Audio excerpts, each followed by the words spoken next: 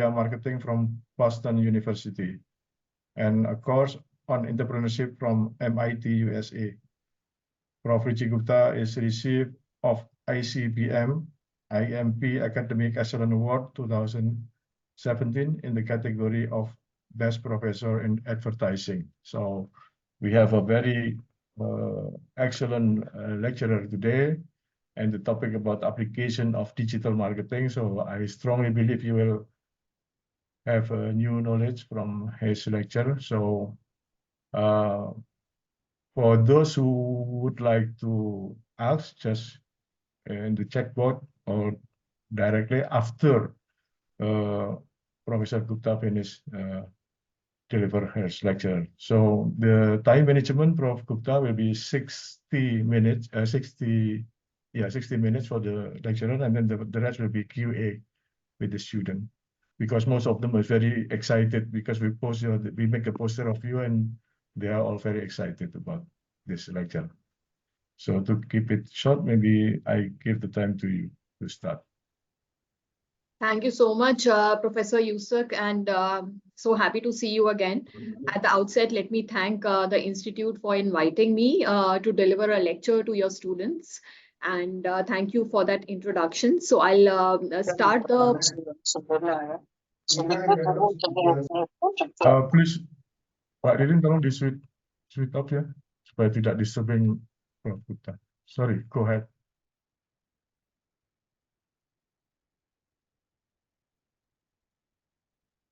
Yeah, so I think the host had muted me also. Okay, so I'll quickly now start with the presentation where we'll talk about a lot of digital marketing strategies which are being used by the marketeers these days. I'll just start the slideshow and kindly let me know if it's visible also. Already visible, all right.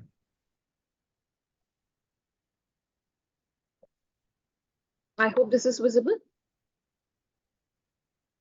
Already visible, Miss.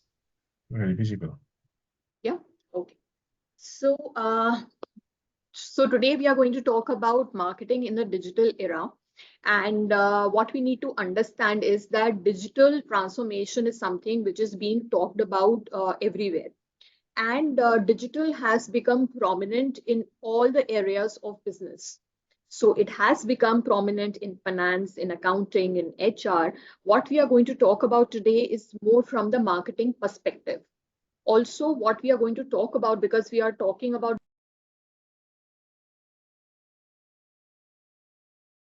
strategies, and we will not venture out into the programming or the algorithm development part of it, because a lot of people also talk about, you know, how to implement this thing by developing algorithms. So we need to be very clear that we are talking about the digital marketing strategies, and development of you know, a lot of strategies will still be the work of the programmer, for which you can outsource your work, and I'll mention that wherever it is relevant.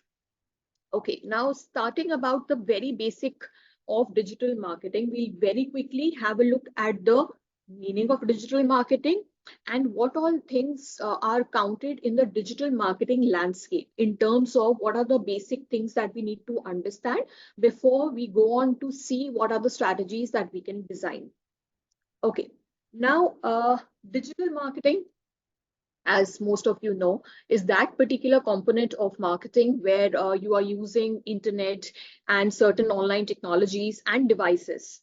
And there are lots of devices these days, like your mobile phones, your computers, desktop computers, your laptops, and other digital devices as well, where you know, you can promote your products and services. Because from the marketing perspective, we are talking about ultimately making our products and services available to our customers. So if we are using digital as a platform and we are reaching out to them on their digital devices, which are so many now these days, we'll talk about those devices and the platforms.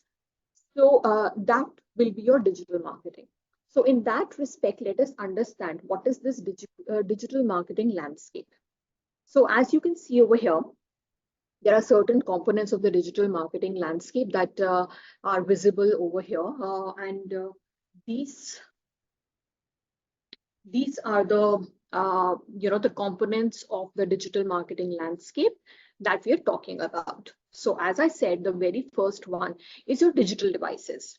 Now, this digital devices, as I said, a lot of digital devices that you're using. Earlier, it used to be only desktop computers. Then we had laptops also. Now, everyone, a lot of population in the world has mobile phones and tablets also. So now with the proliferation of the users who are using mobile phones, it has actually become very easy to reach out to the target customer. And just by a handheld device, which is a mobile phone, there are lots of things, or lots of ways in which the marketer is able to reach out to you.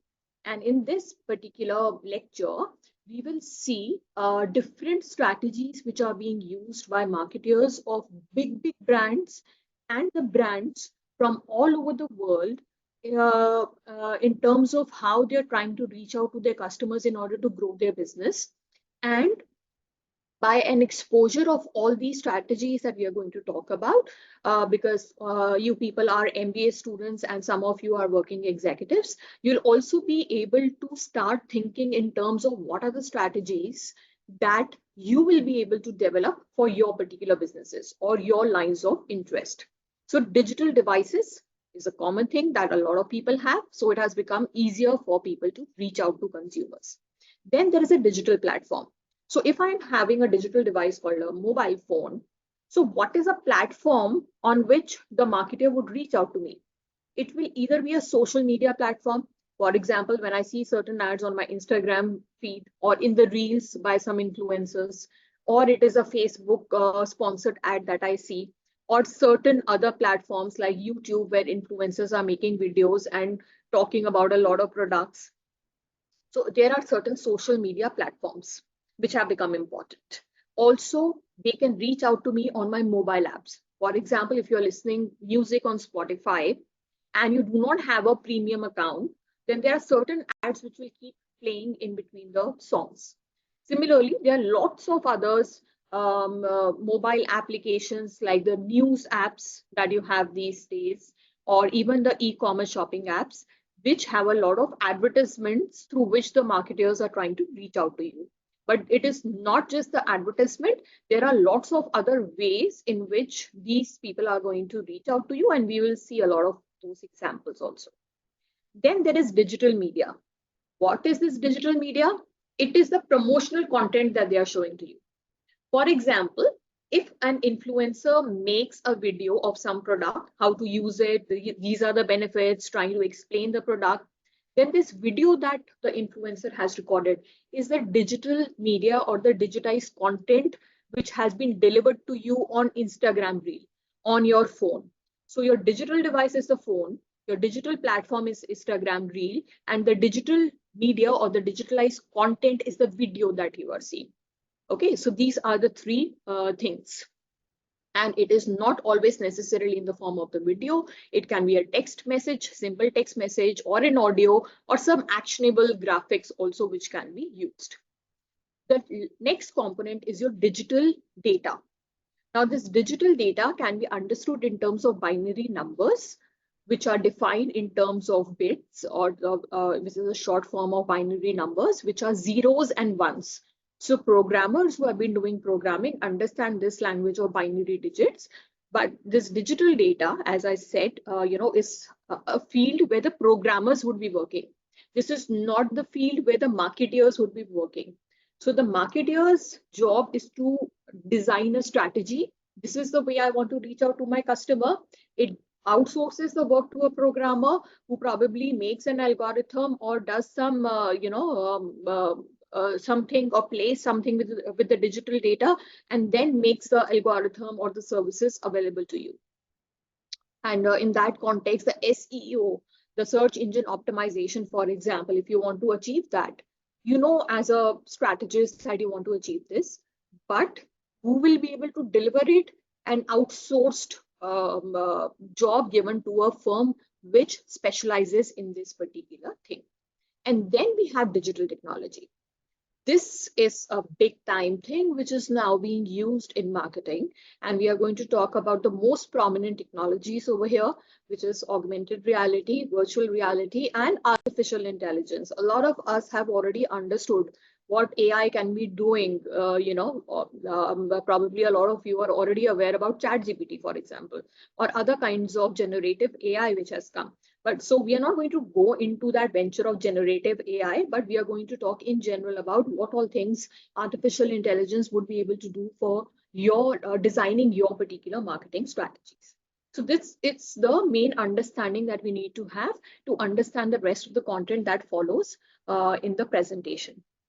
As I've already explained, that you have a phone on with you, on which you are either accessing all these social media platforms, or you are having an access to certain mobile apps, or they are reaching out to you on your emails also. So phone actually has become a very prominent part. Not that only mobile phone is important, obviously laptops and desktop computers, but then, for example, emails, instead of seeing on your laptop, you're seeing on your mobile phone also.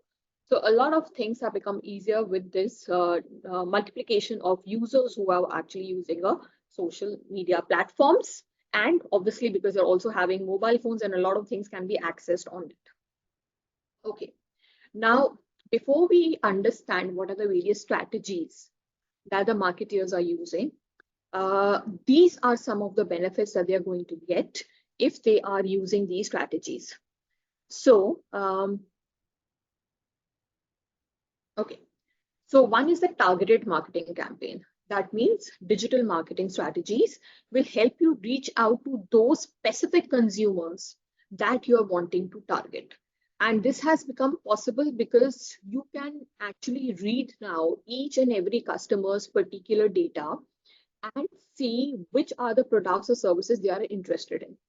Now, to take a simplest example of this, if I am manufacturing a pimple control cream, for which the target population is the teenagers, okay, or maybe we can say, people who are in the age group of 10 to 20, 25, that's a target group.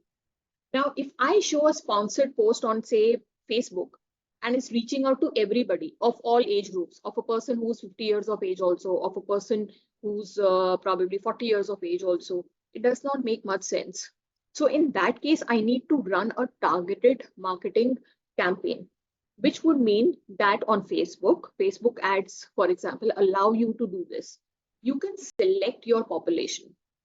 For example, if I'm an Indian brand, and if I'm still limited to domestic operations, I will choose the geographical region as India, and I will choose the age group of the people who will see the ad as 10 to 25.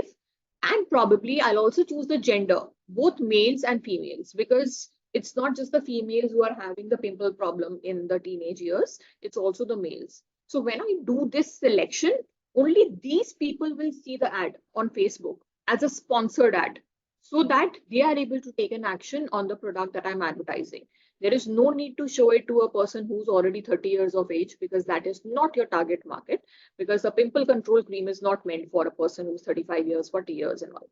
So this is a very simple example of how you choose your population and how digital would help you reach out to only a specific target group that you're targeting, because you're not targeting everybody with your products. You have a specific, sometimes a niche audience, and sometimes a very well-defined target market group that you're trying to reach out to. Other benefits are high conversion rates. Why? Because one reason is that because you're just trying to reach out to your target market, the rest of the people who are not your market, you're not reaching out to them. So conversion rates are higher. Second thing is, we will see with the help of some examples how brands are now engaging with their customers big time. And we will see that how this conversion is increasing. We will see how the engagement level is increasing by seeing some very interesting examples. And therefore, it automatically, digital marketing becomes cost effective. As I said, it engages customers. It also increases your brand awareness. It can be easily tracked how many people were reached out, how many people converted, how many people saw this ad on this particular social media platform, clicked on it, and then reached the company website, you can track all these figures. And therefore, it is telling you exactly which marketing strategy is working and which is not. So it can be measured also easily. And then it can be used to create customer experiences, which we will see how. Okay, now because a lot of this presentation is going to talk about digital marketing strategies which have been developed by brands in order to reach out to their customers, let's try and understand that a lot of these strategies work with the help of visual content. So when I show some graphics to people, when I show a video to them, when I show some pictures to them, it appeals to your eyes, it gets registered in your mind. And this particular figure that I'm showing to you is on the basis of research which has been done. And I want to highlight only a few areas over here. So let's see what are those areas. One, have a look at this arrow, this green arrow, which says the photos, illustrations, and videos get over 100% more engagement. So if I send you a text message on a mobile phone, probably you'll ignore it, or you're not even seeing what it is about. It's a text, so you're not probably engaging with it. But the moment it comes in the form of a photo or a graphic or a video, there is more engagement automatically which starts happening. And this has been proved by the numbers through research. Now see this next arrow which is going to come. This one. Visuals get 94% more views than text. As I said, a text message is not as effective as a visual that you're seeing in front of you. Okay, and one last one, let's see this also. The human brain processes visual information 60,000 times faster than the text, which means that if I don't even read anything but see a visual, my brain is going to process it how many times faster? 60,000 times faster. And this is, I've already given the source of this research from where these figures have been derived.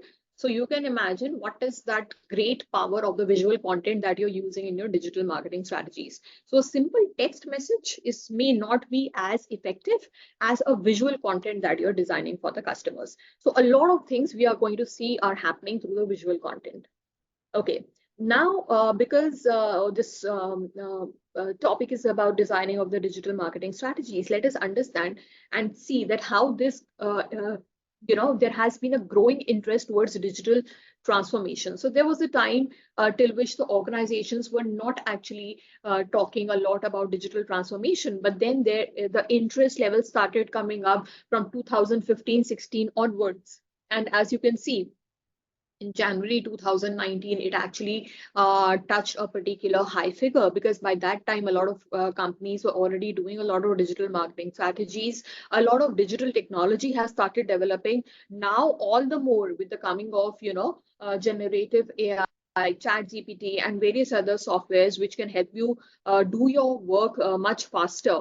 So now what is happening is that the interest level has grown, and now there is no option for the firms but to definitely consider how to transform their organizations using digital technology and by employing digital strategies, whether it be in the area of marketing or finance or accounting or other areas of business.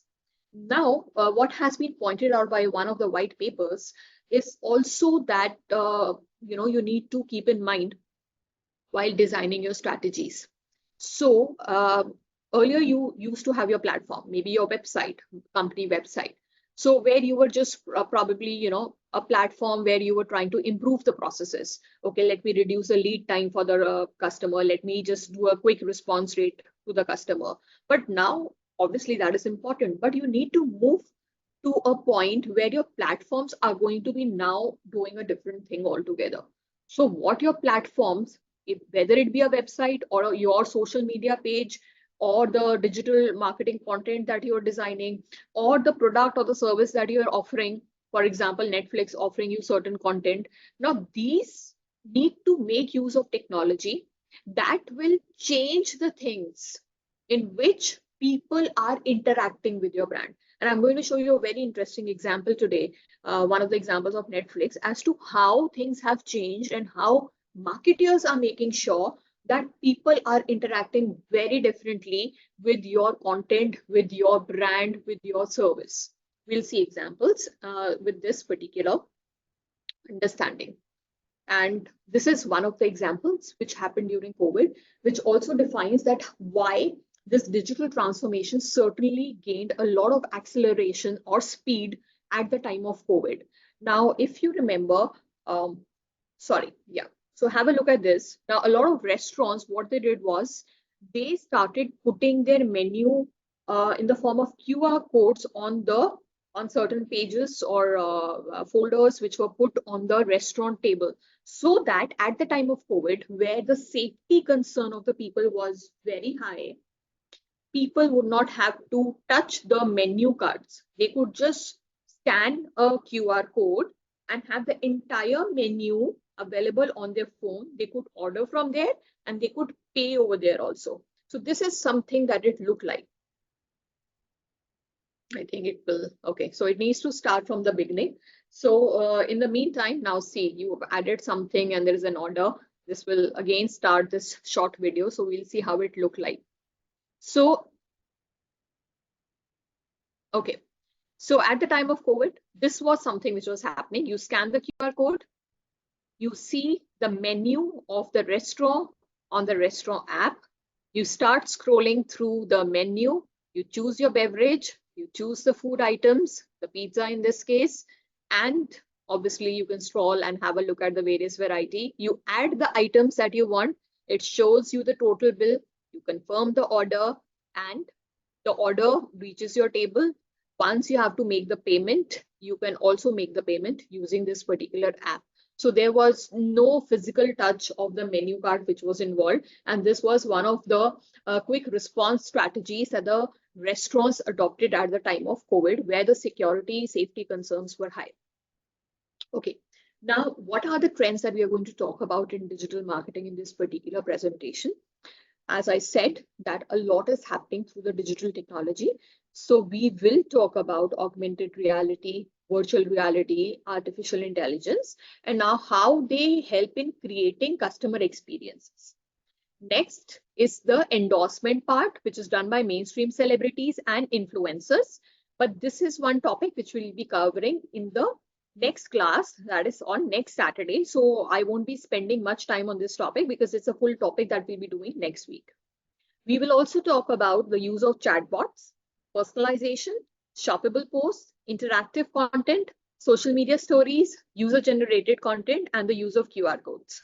So these have actually become very important in terms of designing your digital strategies. For example, you can see over here with the help of Domino's app, what you can do is when you're ordering a pizza, you can actually see it in augmented reality. And this is an example from 2018. So it is not something which has just developed. It is being used for quite some time. You choose a pizza, you see what toppings do you want, you can add the toppings, you can reduce the toppings, and you will see exactly what your pizza looks like before you finally place an order for it.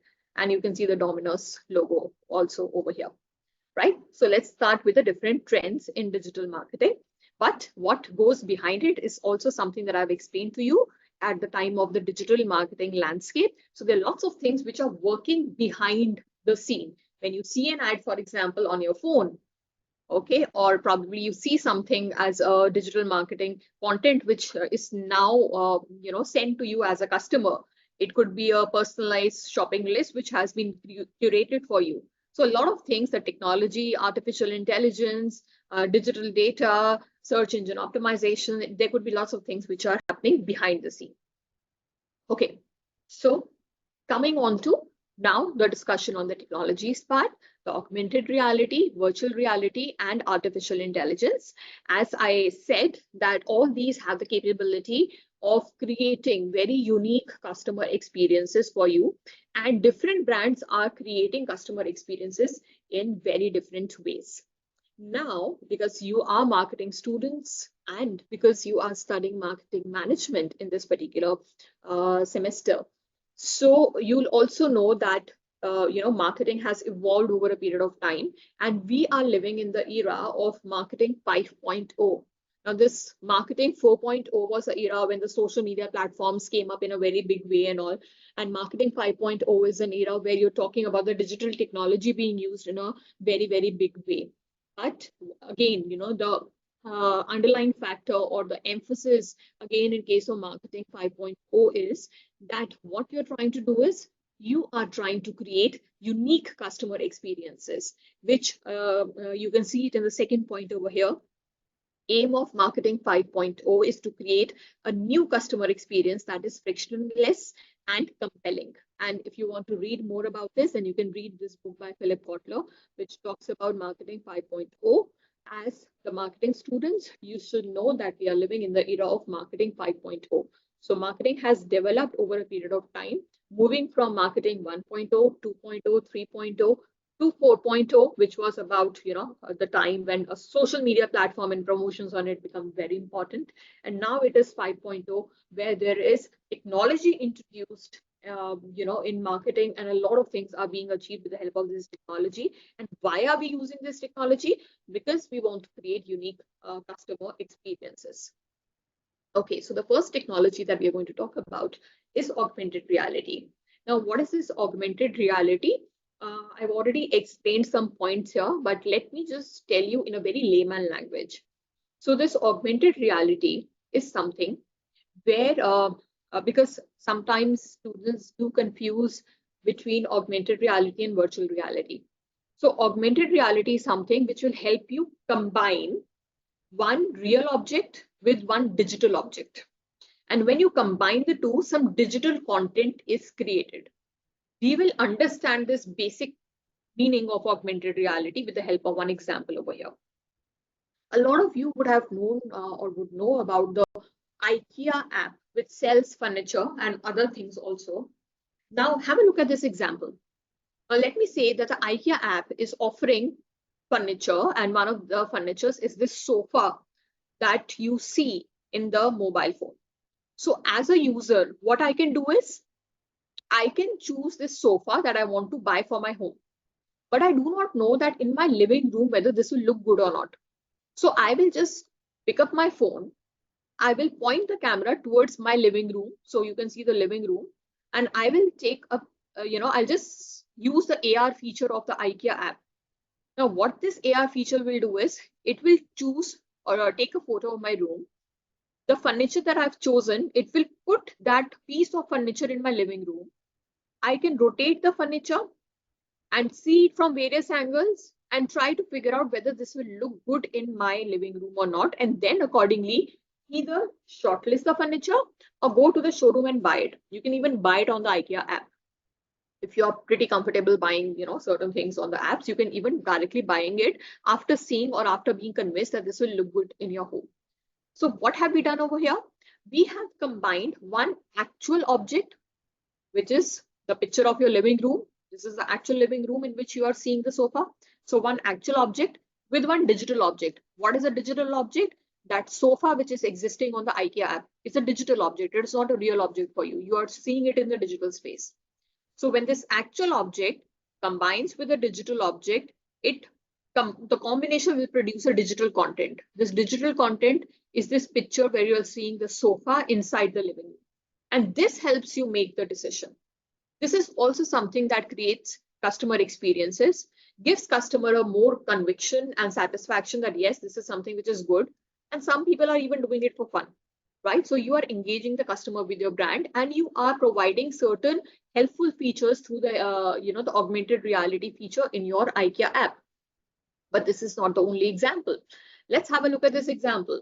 So there are many brands which sell eyewear, sunglasses, or even eyeglasses. And there is one such brand in India which is called as Lenskart, and there are also various other brands in the world which are using this particular feature. And it was used big time during COVID, though it was introduced before the COVID time. So what I can do is I want to buy glasses for myself. It could be eyeglasses, it could be sunglasses. And through the app, what I try to do is I try to see whether these glasses will look good on my face. So what I'll do is through my mobile phone, I'll just scan my face, point the phone towards my face. It will scan my face. What happens in this particular brand's app? I have to move my face like this and like this, and then choose the spectacle that I've chosen. And then once I do this, the app will show how this particular specs will look on my face. from one angle, from the other angle, and from the front. And if I feel that this is something which suits me, I can actually buy it comfortably online. So a lot of brands, including this brand Lenscard, had actually sold a lot of spectacles during the lockdown period where the shops or the physical stores were actually closed. And this is one feature which is being used even later on, because these features have made things easier for the customer. Then there are a lot of makeup and cosmetic brands which are actually using augmented reality to tell or to actually showcase to the consumers that how a particular lip shade or certain shade of the foundation or probably an eye makeup will look on your face. So you can actually scan your face, choose the shades of the cosmetic product that you are considering, and actually again see it on your face whether it suits you or not before you actually buy it. So these are all examples of augmented reality. But as I said, that there are different industries. For example, we've talked about an eyewear brand. We've talked about a cosmetic brand. We talked about IKEA, which is selling furniture. So it's being used in all types of industry, and it's also being used in travel and tourism. So an example of travel and tourism is this. For example, there are certain apps which will allow you to do achieve something very interesting. So let me say that as a tourist, I'm traveling in a country like Rome. Now in Rome, this is a very popular tourist destination, which is called as the Roman Colosseum.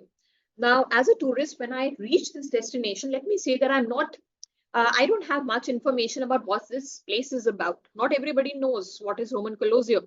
When I went for the first time, I didn't know the entire history behind it, right? So it's okay. So you can pick up your mobile phone and you can just point the camera of your phone towards this particular monument or this building.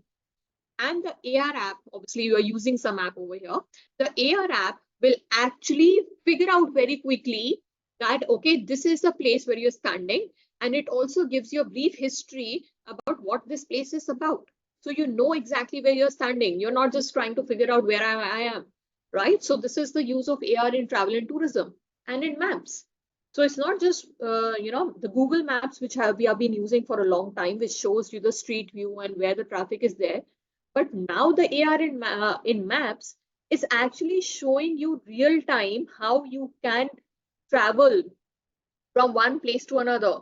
Now, in this particular example that I've shown to you, you are standing somewhere close to the Eiffel Tower in Paris, and you want to reach to a particular street in Paris. So you just feed in your destination and you open the camera, and the camera or the AR app will start guiding you. For example, you see this arrow, it tells you go towards this side.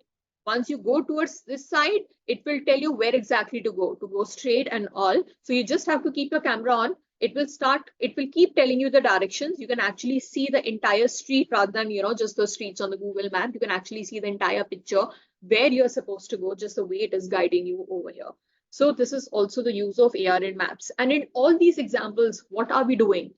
We are combining one actual object with one digital object. For example, one actual object was Roman Colosseum, and the AR app is actually telling you and producing this digital content where it is showing you the information about Colosseum. In the maps also, you're actually standing at an actual place near Eiffel Tower, and it's giving you the picture of the Eiffel Tower plus the direction, which is a digitized content after you feed in the address where you want to reach. Okay, next is this very important feature. So this is again, one of the things that I wanted to talk about for the businesses, because a lot of AR apps have started talking about which businesses are listed on a particular street.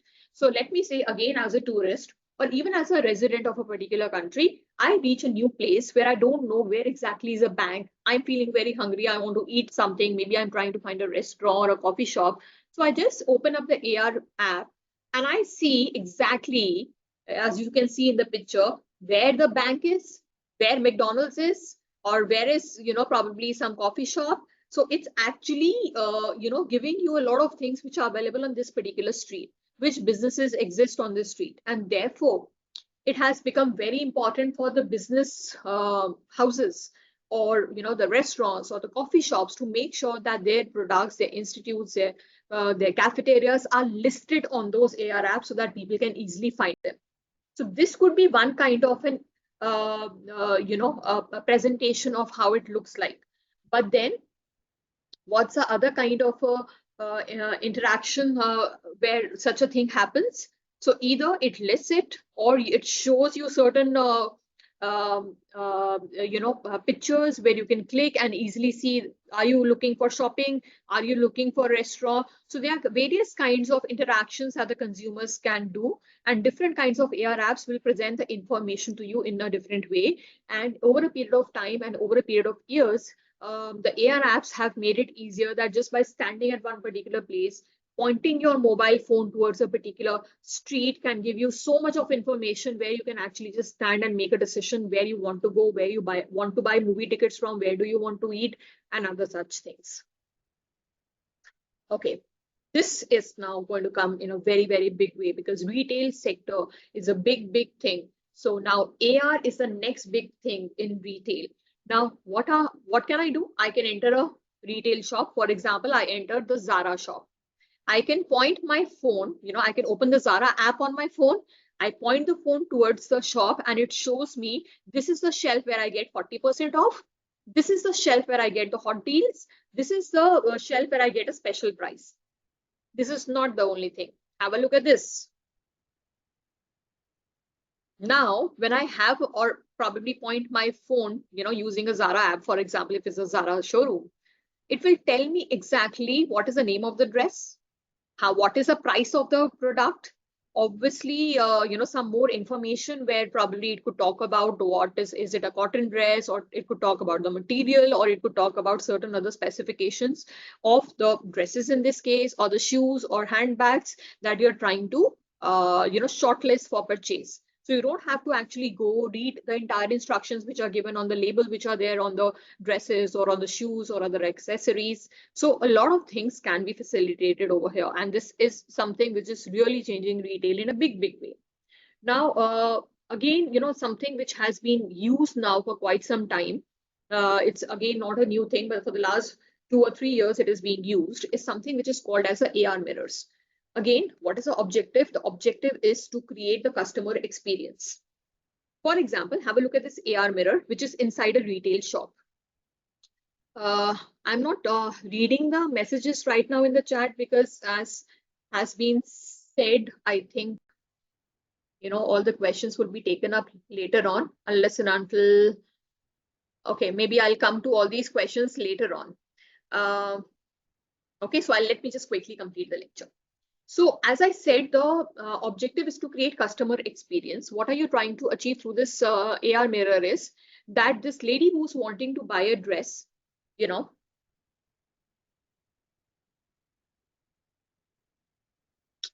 okay, never mind. We can see both the pictures together. So she's wanting to buy a dress and she doesn't want to go to the try room, or she doesn't have the time. She can quickly go to the AR mirror, choose a dress and see in the first picture how this particular dress looks at her. Maybe she's not very satisfied and she wants to choose the other one. So she now selects the other dress from the list. And in the second picture, you can see her in the second outfit, that is a red outfit. Now she has not tried any of these dresses. She has chosen the size, the color of the dress, the type of dress, and she's able to see herself in the AR mirror. So the real object is this woman, her own self, which she can see in the mirror, and the digital object is the dress that she has selected, and the combination of two has produced this picture which shows her wearing this particular dress. And this is something which is creating a lot of customer experience, first kind of an experience for them, and they're feeling excited that okay, probably they can see themselves in the AR mirror doing this thing. And again, how this is exactly happening is something like this. So this is a moving picture which helps you to see that again an AR mirror where you are choosing certain dresses and you're able to see yourself. So this is an example of that. And what Zara did recently, is something very interesting. Now, the way you do window shopping has changed. So it's not that you have to enter the store and then you can use those AR features. What it has done is, if you have the Zara app and if you're standing outside the Zara showroom, okay, and you just point towards the window of the shop from outside and place your phone near that window. that phone will start showing you the models who are wearing Zara dresses. If you feel you like any of these dresses, now this is not what you're seeing outside the shop. Your phone is showing you through the AR app. And it will show you the dresses which are available inside that particular showroom and not the other dresses. So if you feel that you like this dress, then you can enter the showroom and then start purchasing it. And you don't need to go otherwise inside the showroom. So even the window shopping concept has changed a lot. And this is a very good example that Zara actually had already executed. So the growth of the AR in terms of what figures are projected and all is something which is very optimistic, and people are expected to use AR big time in their marketing strategies, in developing their products, in designing customer experiences, in the retail sector, in various other sectors also in a big way. And that is what the research has shown over a period of time. Now coming to the next component, which is your virtual reality. Now, this virtual reality is something which is like, you are creating an environment, which is something which is very similar to a real environment. Now, I'll give you one example, and there are various ways in which virtual reality also happens and is executed by the brands. Now, this is one example from the real estate industry. Now, obviously, what we're doing is that real estate industry, okay, let us try and understand it in this way. There is a builder who has, a complex which he is going to develop, and there are going to be about 500 flats in the complex, and you're trying to sell those flats. Now you have developed a sample apartment for it. Now you can do 2-3 things. Now one is the customer comes to your sample apartment, takes a physical tour of the place in order to figure out how this place has been designed. Second is you record a video and put it on YouTube so that people can see the video of the sample apartment. But that's just a video. Now, this one is something that will help the customer explore the apartment, the sample apartment, in the way he or she wants. So let me say, now this is a moving picture. Okay, so I'll tell you, I'll show you in the next 1 or 2 slides that how these can be,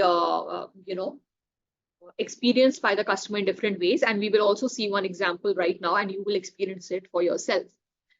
So this is a sample apartment. So if a customer wants to enter the apartment and wants to go towards the right-hand side first to see the kitchen, you can actually, press the arrow. The arrow key is not shown here, but you can actually press the arrow either towards the kitchen side, or these days there is a feature which we will see in some time that you can actually just try on taking your phone towards the right-hand side. It will just show you the kitchen. Let me say that now I want to see the balcony. I bring my phone back and I turn towards the left-hand side. It will start showing me the balcony. Now, if I want to go inside the room, I take it further and it will start taking me towards the bedroom, which goes inside from here. Okay. Or there are arrows which are there, and I can click those arrows and move in the direction as per my how I want to experience the entire place. So this is very different from a recorded video. A recorded video which just records the entire place and shows to you is very different, because there you cannot experience a place in your own way. So how it is being executed, we'll see it very soon. Please keep your mobile phones ready, because I want you to experience something very interesting. All of you, please keep your mobile phones with you. Okay, we are just going to do some short exercise. Okay, now, but before going to that exercise, so different people are doing it in different ways. We saw it in the case of a hospitality industry, or in case of the real estate industry right now. But the second example is in this case, in case of a car, an automobile. Now I want to buy a car. Now this particular video is not showing you exactly this, but I can develop again a virtual tour of the car where I can show the exterior of the car. I can also make a video showing the interior of the car. Again, I can develop the virtual tour in a way where people are able to see the exterior and the interior in their own way. This is not showing it, but I can actually go inside the car, move towards the left, towards the dashboard, see how the back seats are looking like. All those things are possible. And the same thing can happen in case of hospitality industry. For example, in case of a hotel room. When I am booking a hotel and I want to experience it, because I don't rely on the pictures which are there on the website. Sometimes, what happens is when you're booking hotels for your holiday, the website shows an amazing picture. when you actually reach the hotel, you're probably disappointed. You were like, no, this is very different from what we saw in the pictures. Okay, because you cannot really make out what the room exactly looks like through a picture. So what the hotel industry has started doing, a lot of them have started doing this thing. They have developed virtual tours.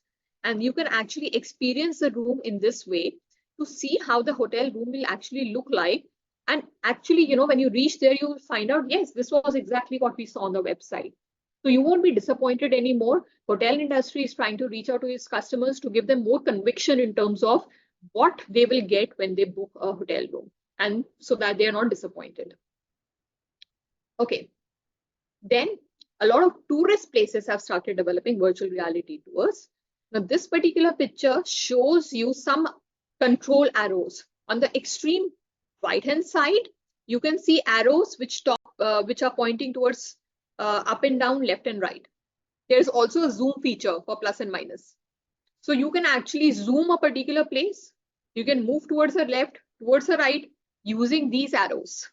Okay. So in the initial days of virtual reality, this was a requirement. And still, you know, if you are actually doing a virtual tour on a laptop or a desktop computer, still probably, you know, a lot of such keys are used to experience a place.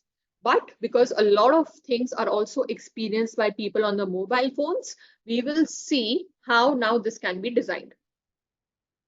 Okay, I'm now going to show you something very interesting. So I think all of you have your mobile phones ready. What we are going to do is, I'll just flash a QR code on the screen. I want you people to open your camera, scan that QR code, and open the link from there. What is this link? This link is a tour of Hotel Atlantis in Dubai. So Hotel Atlantis in Dubai is one of the very popular hotels. It's a very expensive one also, but it offers various features. Now I will quickly be able to highlight only 2-3 features from here. Now what you have to do is, as soon as you reach that particular, this is, you will reach YouTube, okay? But this is very different from a recorded video because it can help you see a virtual tour of the hotel in real time. So if you're holding your phone like this, when you enter the hotel lobby, please try doing, you know, some movement so that you can see on the left and right how the hotel looks like. If you want to see the hotel lobby, take your phone towards the up, you will be able to see the ceiling. Bring it down, you'll be able to see the floor. So you can actually move your phone only to see how the hotel has been designed. I will highlight 2 or 3 points in the video which you can quickly skip and reach out to see. For example, you can see over here. Okay, let me explain so that you can quickly see. 1.22, the last line. 1.22 in the entire video. At 1 minute 22 seconds, you will be able to see the room where you can see the aquarium or the water body from inside the room. But to understand it, you will have to just move your phone 360 degrees to see the entire room of that Hotel Atlantis. Okay, at 1.45, you can see yourself inside the seabed. Okay, so let's do it one at a time. Virtual tour of Hotel Atlantis. And I really want to take a break after this to understand how many of you could experience it in a very great way. Okay, so I want you people to scan this QR code. Please scan this QR code. You will reach the YouTube video.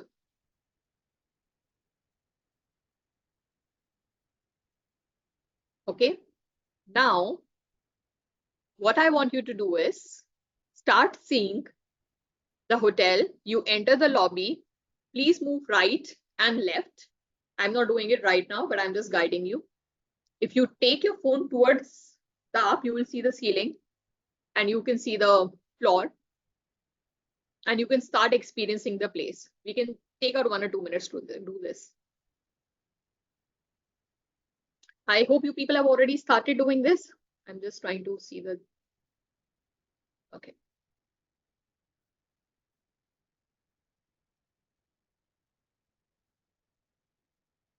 So if somebody has already started doing this, please putting comments side by side in the chat box so that I know that you people are doing this exercise. Now, very quickly, come to the point in the video, which is at 1 minute 22 seconds.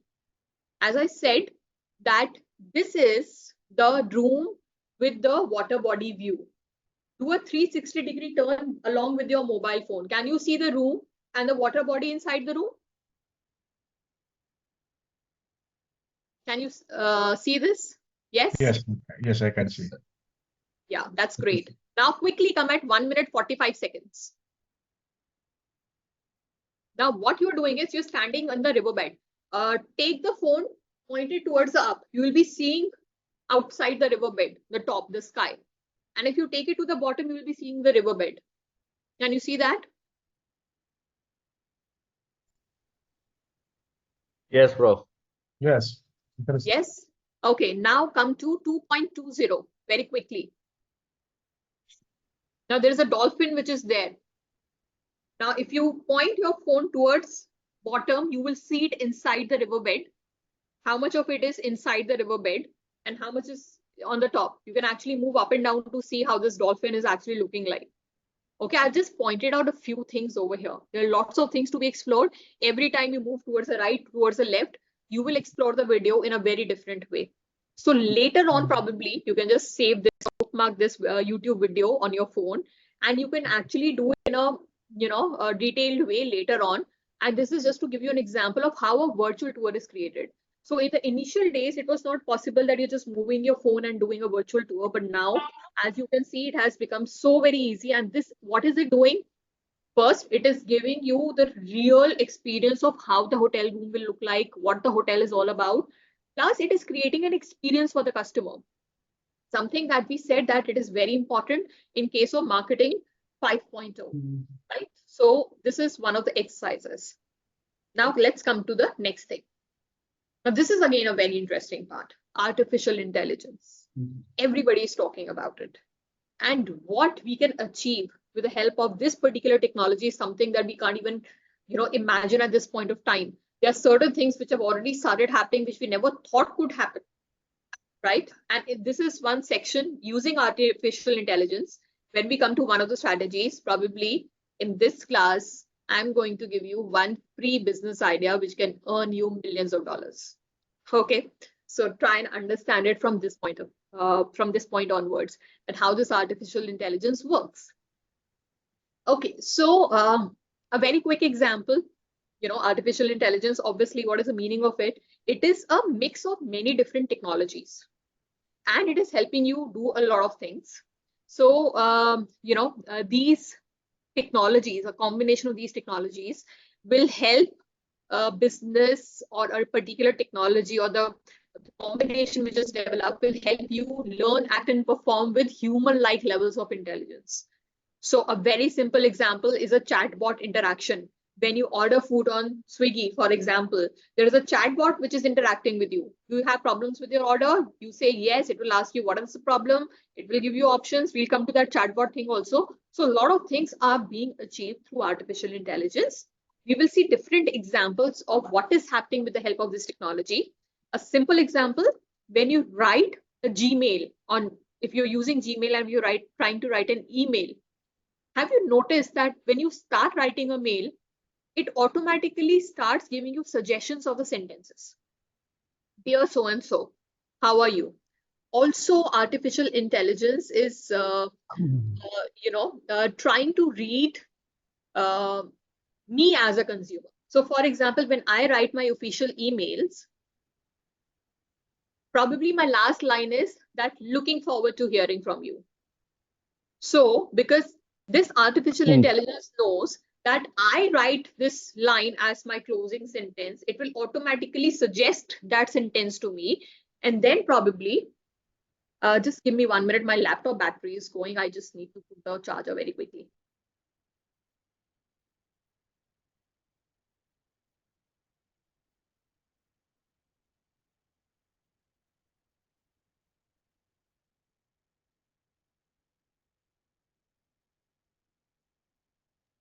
Yeah, I'm so sorry for this. Okay.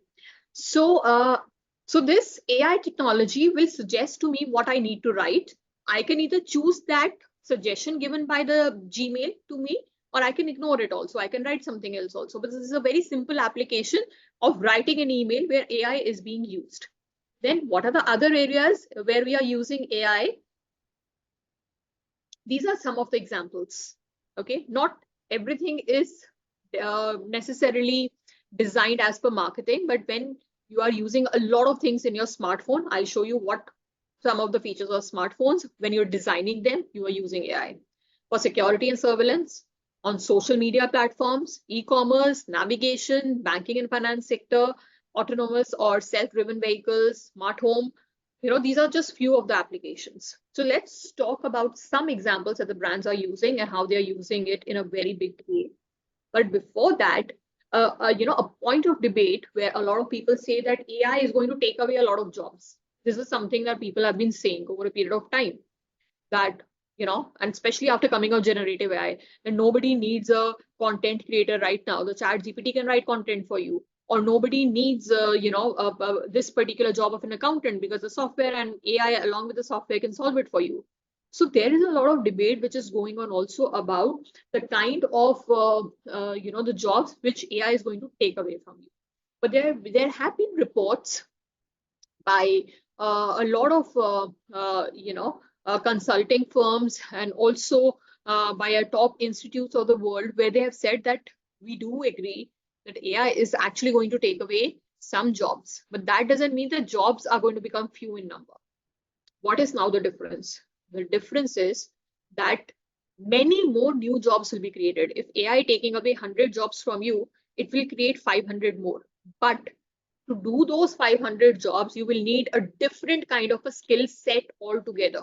So you cannot now afford to, work in, a world where you are not even aware about how digital technologies can be used.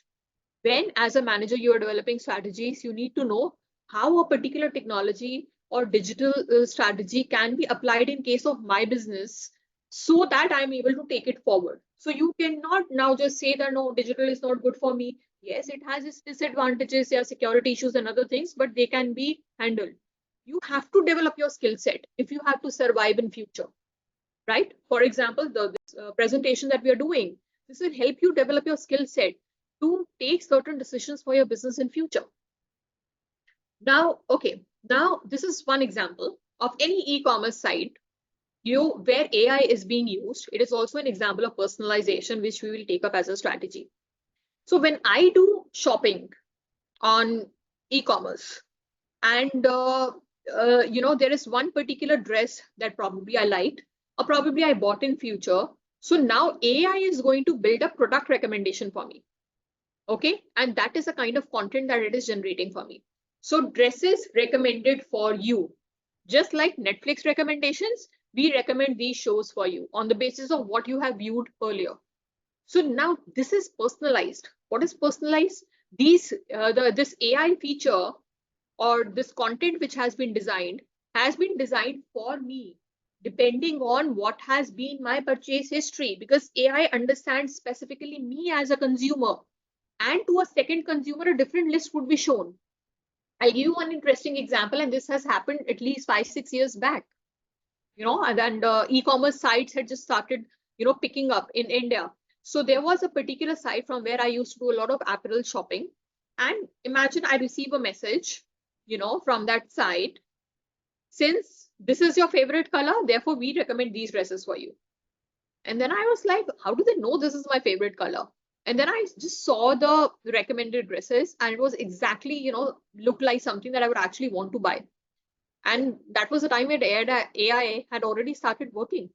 So for me, I will see, a different set of products for a different consumer who has a different taste in fashion and clothes and jewelry, will have a different set of products recommended. That's how AI is understanding every consumer and recommending products to you. Another example. Okay, let's take an example of Pinterest. I go to somebody's place and I like this hanging lamp, right? So Pinterest has this feature that you take a photo, you upload it there, and it will start showing you, see, this is a lamp that I liked at somebody's place. I clicked the picture, I uploaded it on Pinterest, and then it starts showing me similar products which are existing online, which I can consider buying if I like this product. So I don't have to, keep explaining what kind of a hanging lamp I would want to have in my Boom. This is something which the AI is doing for you, matching pictures and showing you what is suitable for you. Similarly, during travel, for the travel and tourism industry, there is a feature. What AI is doing is, let me say I travel to, let me say Paris, France, somewhere, and I go to one of the tourist destinations, and there are certain instructions which are written in the French language. Now, I do not understand French, but when I use certain tools like the Google Lens or certain AR features also, or AR apps also, and Google Lens can also do it, I simply have to point my phone towards that particular board which has certain instructions written in French, and I choose my language as, say, English. It will translate the French language to English and show me exactly what it means in English, right? So it is being used in that sector as well. Now, in case of product designing, as I was talking about smartphones in one of the slides, all of you are aware of this, the face recognition feature that my mobile phone will unlock once it scans my face and recognizes it. How is it recognizing you? With the help of artificial intelligence. So if you have a mobile phone feature of face recognition, how it is working? It is working with the help of artificial intelligence. It scans your face, it recognizes it, and unlocks your phone. So this is about the designing of the product, because this is one of the features of the smartphone. So product designing is something that you can do using artificial intelligence. Now, see, there's something very interesting that was a combination of AI and AR, which was actually used in 2021 in some of the airports in the US. And what they did was, because the airports are so huge, it is very difficult to find where is a particular gate number and where do I go in order to take this flight. So if I just feed in, say, gate E27, if you see in this picture, and open my camera, it will start showing me arrows. Go down using that lift this way. First, go this way. See, these are the pointers which are coming on your phone. Go down one level, and it is showing you where is the lift where you can actually take the lift and actually go down one level, and then again it will continue with the direction giving to you. So they are being used again at airports. And what the future may look like with AI, now we are already talking about drones and how they can be used in future. And this is not something that which is just about the future. We are saying that they might be used in a big time in future for delivering of products. So a very recent video I was seeing was somewhere where somebody was, I don't remember the country, but somebody was sitting inside a park and wanted to have a Starbucks coffee, and he ordered it online, and a drone came, and actually there was one of the Starbucks counter which was just meant to receive the delivery from the drone. The delivery was dropped at that particular counter, and just sitting inside the park, I could get that Starbucks coffee. So drones are being used now for the delivery part also, as you can see in this picture. Also, a lot of countries had used drones for delivering of medicines at the time of COVID, where people were not allowed to move out of the houses, where the movement of people was restricted. The drones were being used for delivering of medicines. And then this is self-driven car. So a person is sitting inside the car, and there is no one who's sitting at the driver's seat. And Tesla is one such car which has this particular feature. You can just feed in the place, the destination where you want to go, and the car will drive you, to that destination. There's no need for a driver also, right? So this is something which requires an integration of a lot of technologies for this to happen. So it has already started happening in certain countries. Let's see how soon it can come over here. Okay, now this is a very interesting part: endorsement by mainstream celebrities and social media influencers. And I'm sure that you people recognize both these famous personalities. Yes? Can somebody quickly write in the chat board which are these famous personalities?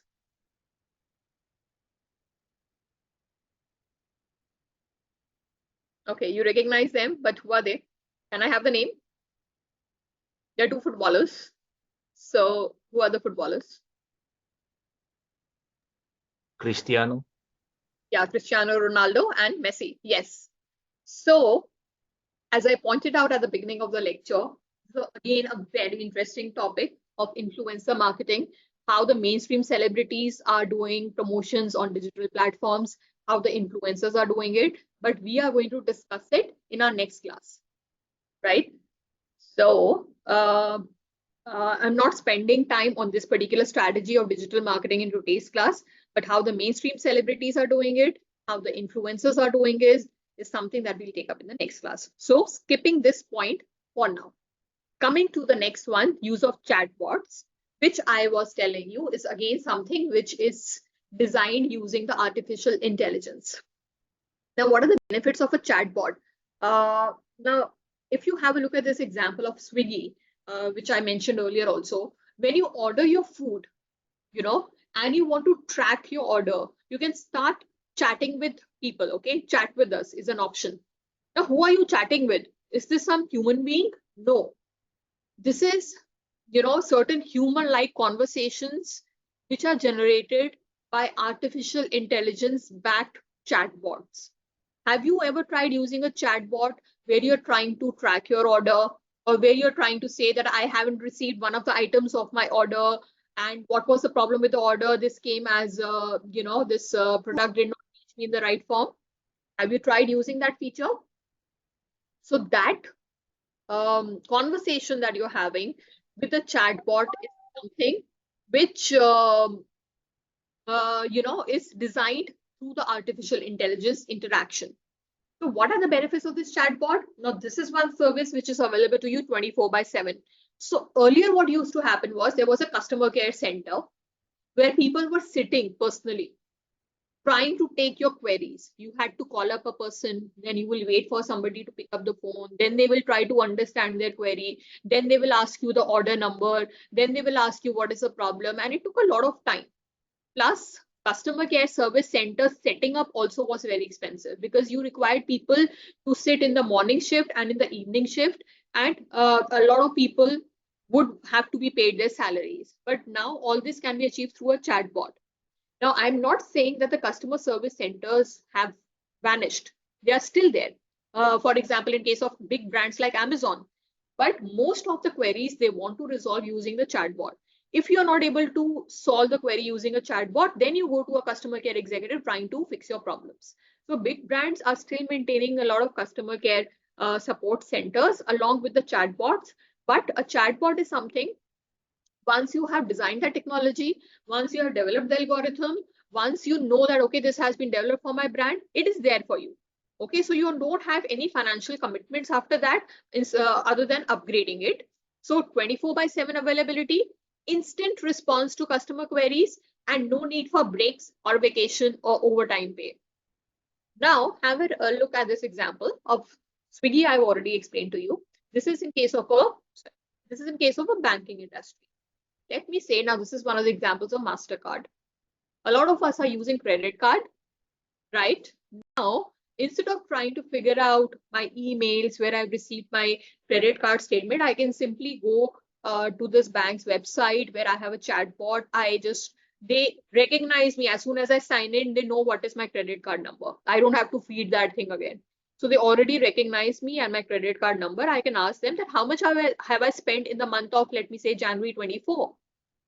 It will tell me the amount that I had spent in the month of January. And then I asked the chatbot, okay, now what were the various items that I had spent money on? It will tell me what was the bifurcation of all the expenses that was done. Then on the basis of the credit points earned or the reward points earned, I'll ask, okay, what are the offers available to me on my credit card? It will start showing me the offers that, okay, this is the offer available to you if you buy dresses from this e-commerce website, or this is the offer if you book air tickets from this particular platform. So it will show various offers to me. So now, again, this is a kind of interaction which is happening to the chatbot through artificial intelligence software, because all my information is already there in my account. It is quickly picking it up from there and giving it to me, rather than somebody trying to manually take out that information and then provide it to me. And I have all that in the form of conversations available. So I remember all these conversations and the details which are sent to me through the chatbot. And chatbots can now be useful in assisting your shopping. Have a look at this. I want to buy a Ray-Ban aviators. The chatbot is asking me first what kind of sunglasses. I say aviators. It asks me a budget range. I tell a budget range. Then it tells me to choose one. I've chosen this particular aviator. Now using the AR feature, I want to try it on my face. So I scan my face. I see how this particular aviator looks on my face, and I want to call up my friend to ask how it's looking. And she says yes. So I can just quickly place the order, make the payment, and buy it. So it's a combination of AI where I'm using the chatbot. It's a combination of artificial augmented reality where I'm trying it on my face, and you can do the shopping, right? After telling what is my budget, what is the kind of glasses that I'm looking for, it will ask you various specifications and work out certain options for you. So that's what artificial intelligence can do for the customers. And as I said, that this is not the thing which is being used only in marketing. You have various kinds of chatbots. For example, you have a troubleshooting bot, you have an e-commerce bot, you have a training bot, order tracking bot.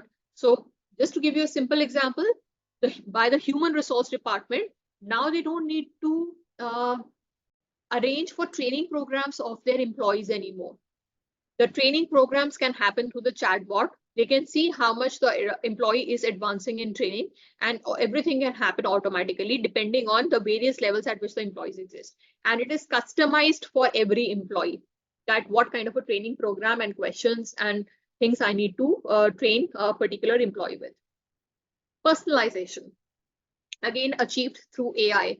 I've already given you one example where e-commerce industry was making that curated list for me, that because this is the dress you bought, these are the product recommendations for you. This is another example. All of you recognize this brand, Spotify. How many of you use this brand to listen to music? I'm sure some of you would be interested in listening to music. So can I have it in the chat bot?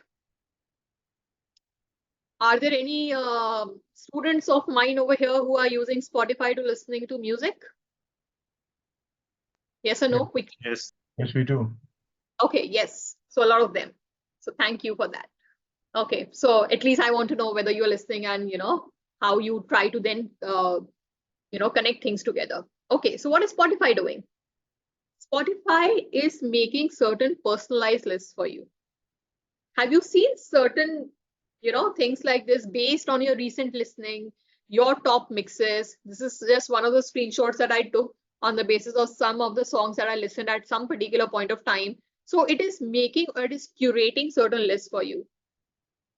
This based on your recent listening. Yes. So what is Spotify doing? So it is using personalization through curated playlists, personalized recommendations, and customized music experiences based on the user's listening habits and preferences. This will engage the consumers more. This will make me interested or stay make sure that this customer stays interested in my music app. Because what I'm suggesting in terms of music is something that this customer is already listening to, right? So personalization achieved through AI, Spotify is a very good example of this. And there have been various surveys which have been done on personalization, and it has shown that, like one of the figures that I would want to highlight over here is that 75% of the consumers agreed that they are keen on buying products from brands that offer personalized digital experiences. Why? Because I feel that this brand understands me, right? So that's a feeling that I get. And to give you another example, of Ola cabs, which is very similar to Uber, because I sometimes book a cab using Ola in India, and because because I have the app on my phone. So this particular app and the AI feature over there recognizes me as a customer. So just to give you an example, as soon as I go and sit inside a cab, which has a tab inside the cab where I can actually play certain things. First of all, I will, there's a voice which comes which says, "Hi, Ruchi." Okay, it will greet me. And then whenever, if I try to put some music on the tab, it will ask me, "Do you want to listen to the previous music list that you were listening to?" Probably which I was listening to 2 months before when I had booked the last cab. But it remembers me as a customer. So there is an experience where I feel that, yes, when I book a cab, this particular company knows me. It knows the kind of music, or it knows the kind of news that I want to play on the tab for that 1 hour of travel time that I'm having. So this is again an example of personalization. Now, how you're going to use personalization in your brand is specific to you. If you are creative, you'll be able to come up with something very interesting. And okay, this is a way in which I can personalize things for my particular customers. Okay, so as I said, product recommendations is one example of personalization. Amazon is doing it. So when you pick up something, you know, it is not that the similar kind of products are shown. That is also one part of personalization. Another part you would have also seen is that when I buy a dress, it will show me, okay, what shoes will go with it, what jacket will go with it, what handbag will go with it. So that's also an example of a personalized recommendations that they're doing. Then there are personalized emails. Have you seen a lot of brands have started writing mails to you by addressing you using your name? So when I open up my mailbox, just see the subject of this email. I've just taken some screenshots of the emails that I've received from Zomato, which is a food delivery app in India. Okay, so what's the subject of the mail? Ruchi, we have a compliment for you inside. That's the subject of the mail. So now when they are sending it to lakhs of customers, they are not designing the mails separately for every person. So they call me Ruchi. They call you your Professor Yusuk as Professor Yusuk, right? And the mails are going with the individual names. But it's not that I'm writing the mail 1 lakh times. The artificial intelligence software is picking up the name from the list and putting it in the subject line. And then how do you make it interesting for people? Just see what was inside this mail.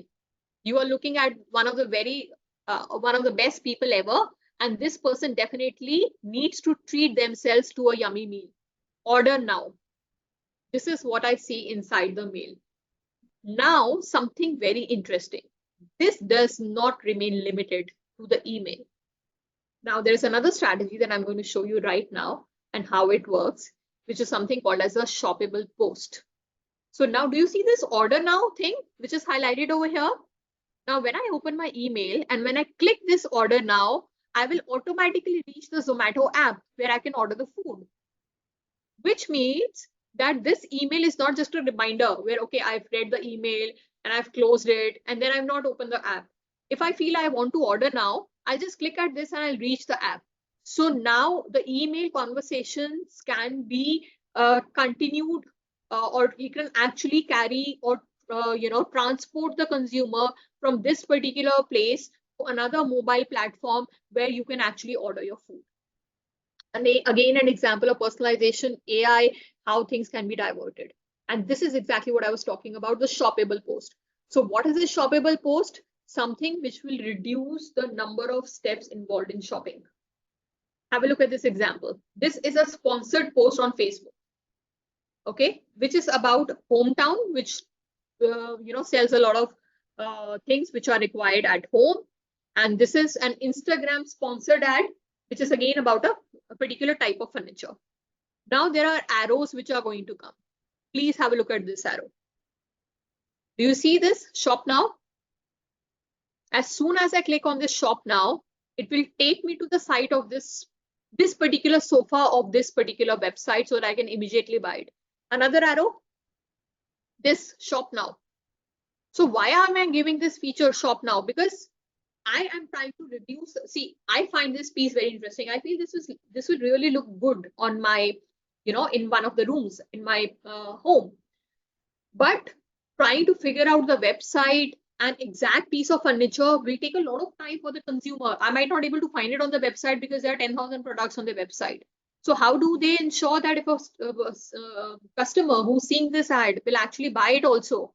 You just click at this and you reach the page which is selling this particular piece on their website, and you can simply place the order. So what are you doing is the sales funnel has a lot of steps involved. You've reduced the number of steps. I don't have to now look at this, then go to Google, then go to their website, then trying to find the product. It's a simple thing. If I like it here, I click it. I actually reach the point where I can just purchase it. So we reduce the number of steps with the help of shoppable post. And this is what even that email of Zomato was doing. This is also an example of email which gives you a shop now option, which will take you directly to the place where you can shop the said product or service. There are other ways in which shoppable posts can, or how they can look like. For example, if I see this on Instagram, it is showing me the name of this necklace. It is also showing me the price. The earlier two examples were not showing me the, not necessarily showing me the price, but I also, if I show the price at which this necklace is available, I would know whether it fits my budget or not. If I feel it fits my budget, then I will click. Otherwise, I will not click, right?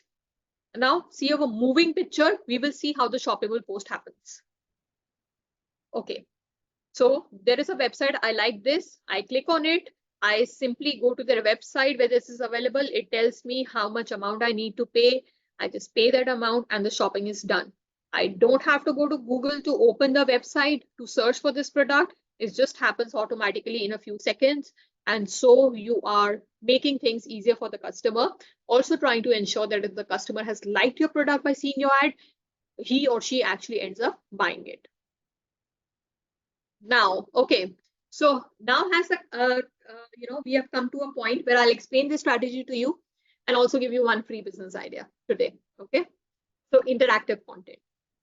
Now, interactive content, first of all, let us understand, is anything that people can click on, swipe, or interact with online. Okay, so I'm going to take probably 10 minutes more, after which we can take up questions, because I think this next few slides is again going to cover up a lot of things. Okay, I hope that is clear. And I hope that is fine. Yeah. Okay, so what is this interactive content? Where I'm interacting with the brand in some way or the other.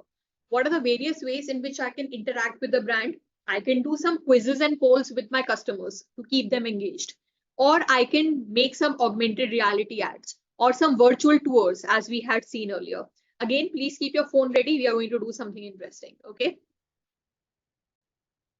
So one example, as I said, is quizzes and polls. So let me say that there is a sponsored ad which is running on Facebook and it sells home brands. Let me say it is selling this particular piece of furniture, this sofa. Now it runs a quiz and a poll or some kind of a interaction that it wants to generate from the customer. And this is a very simple example, like just to keep your customers engaged. So now I give them an option. Okay, now choose a color of the cushion for this particular sofa. This is option 1. This one is option 2. And probably they say give us option 3 and 4 also. And then they tell you in the comment box, tell which particular option you like the most. Some people will like 2, some people will like 3, some people will like 1. So they are actually keeping the customers engaged with their brands. So what are they doing? They are interacting with their customers in some way. This one is through a quiz or some poll. For example, there are lots of polls which are also created. I've not put a lot of examples over there, but you just say you like this picture or this picture. You click at one, you've already entered the poll, and then they show you 60% voted for this and 40% voted for this. So that's a kind of interaction. And did you see something? This green arrow which has just come. Look at this. Book now. This also makes it a shoppable post. So if after entering into this, after writing question 1, 2, 3, 4, if I also like the sofa, I can actually click on this and reach the website and order it also. Now, a lot of interactive content, as I told you, is happening in the form of virtual tours. We have seen one of the videos that was also an interaction with the customer. You are showing an interactive content where I'm taking the tour of Dubai Hotel Atlantis in my own way. I can go, left or right. I was just guiding you today, but tomorrow you can go in a different direction and explore the place in a different way altogether. So that is also an example of interactive content. Now let's see this example, what Burger King did. So Burger King again wanted to keep the customers engaged. So what they did was, now listen to the entire strategy. On the television, they would play the ad.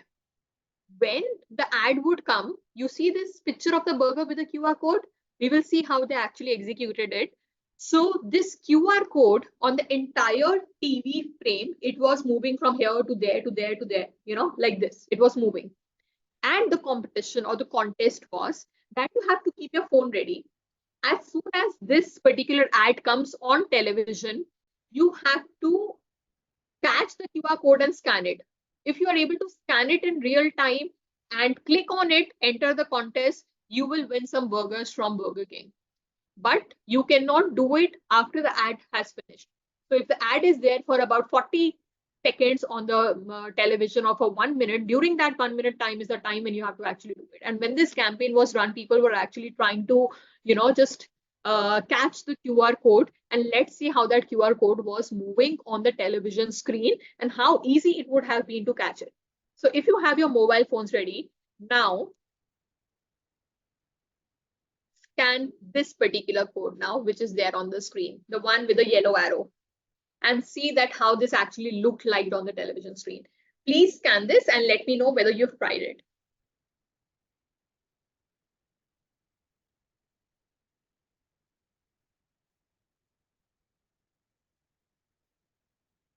So if you've already tried it, I would want you people to put some comments for me to understand how many of you have actually done this exercise.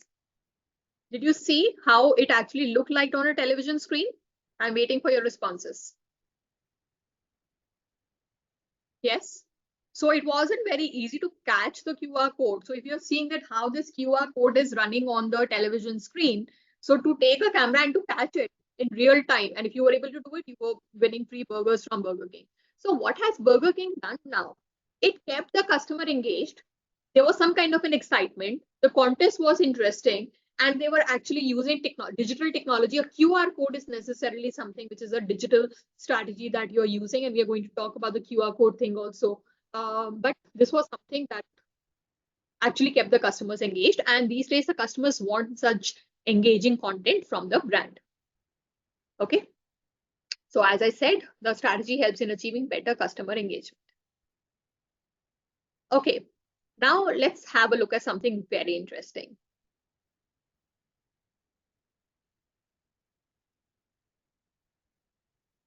What is this? I'm waiting for some responses. Does this sound familiar? Netflix. Everybody knows about it. Okay. So let me tell you something very interesting which exists on Netflix. Some of us might be aware about it. Some of us might not be aware of it at all.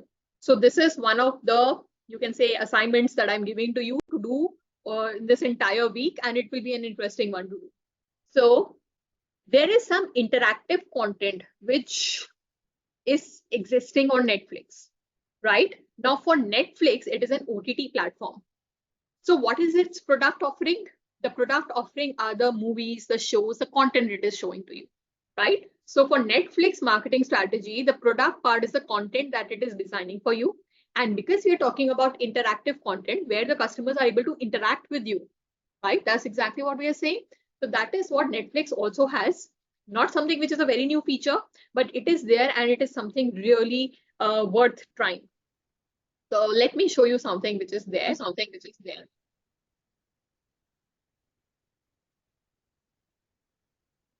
Have you tried watching something like this on Netflix? Because this is just one of the series on Netflix. And do you see this tag of interactive, which is written over here? Do you see the interactive content? Escape the Undertaker. Are you people aware of who's Undertaker? The WWF thing and all, probably you people have watched at some point of time or have heard about at some point of time. I'm just trying to read your responses also side by side in your chat box. So are you people aware of the who's Undertaker? Now, interestingly, listen, what is this about? There is a movie that Netflix, which is there only on Netflix, right? And as you start seeing the movie, after some time, there are certain options which are available to you.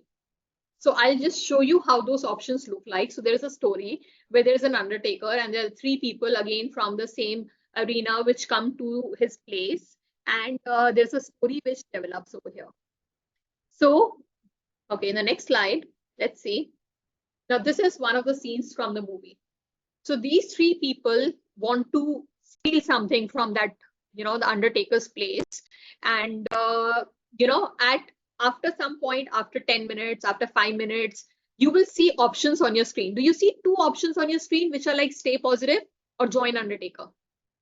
Now, as a viewer, I can go to any of these options and I can click that button.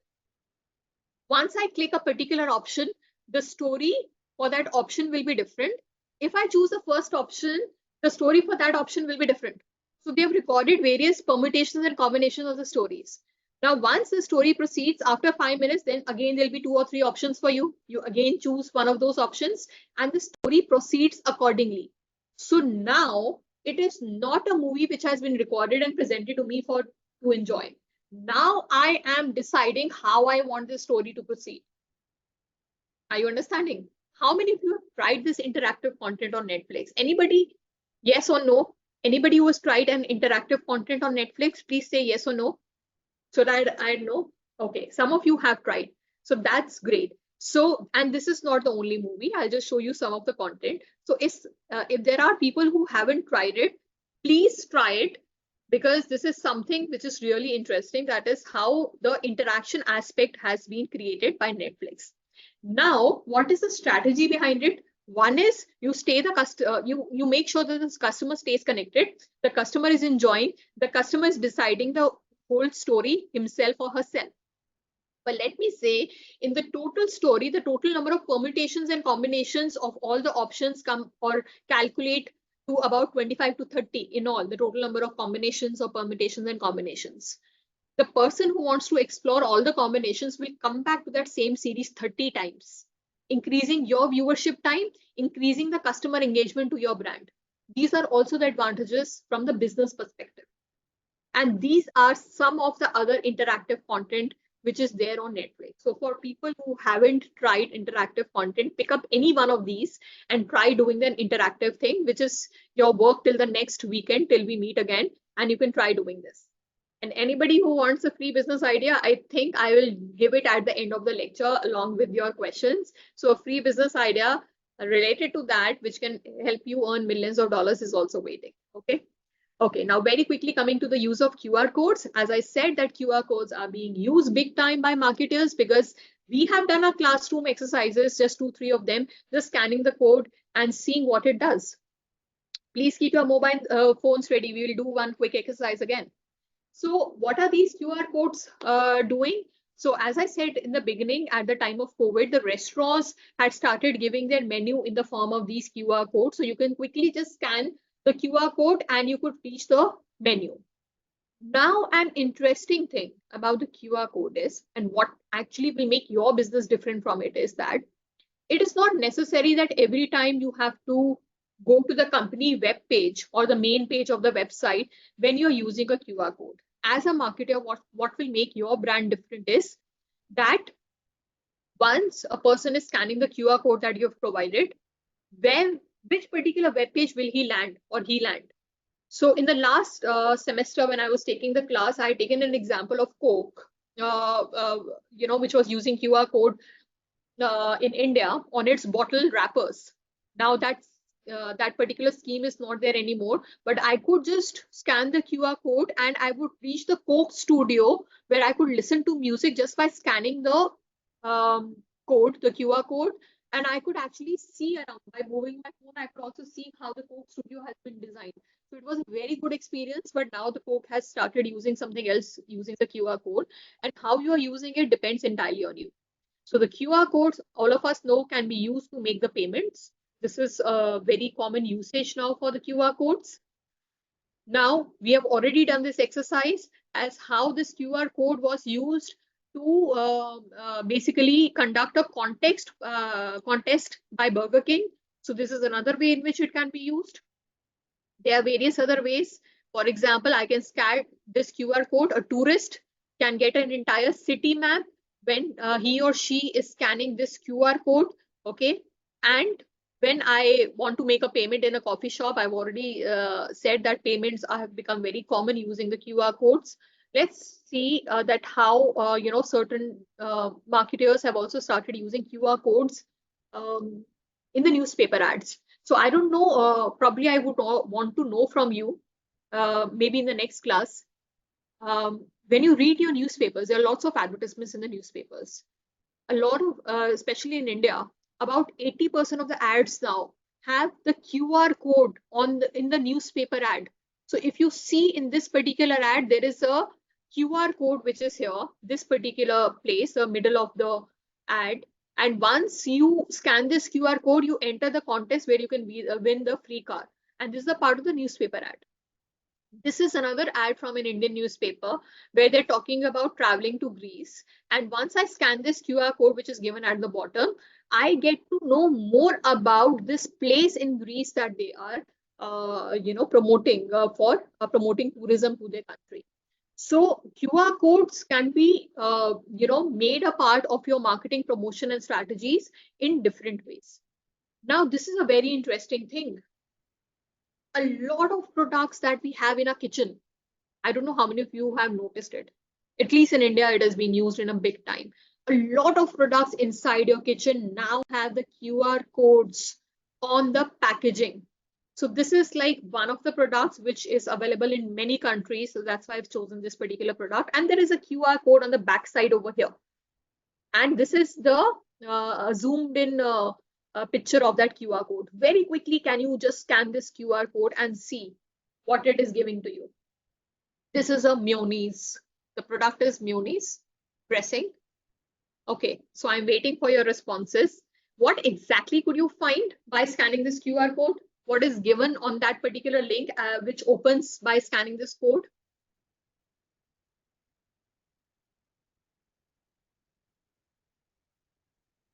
I'm just waiting. A product website, okay. Can you find the recipes which you can make with the help of this particular mayonnaise? Do you see the recipes part? There is a website, yes. You will definitely read some website when you are actually scanning the code. But do you see the column where the recipes are also suggested? Yes. Yes. And then there are other options. If you want to explore more things other than recipes, you can have a look at this. Yes, olive oil recipes and other things also. Yes.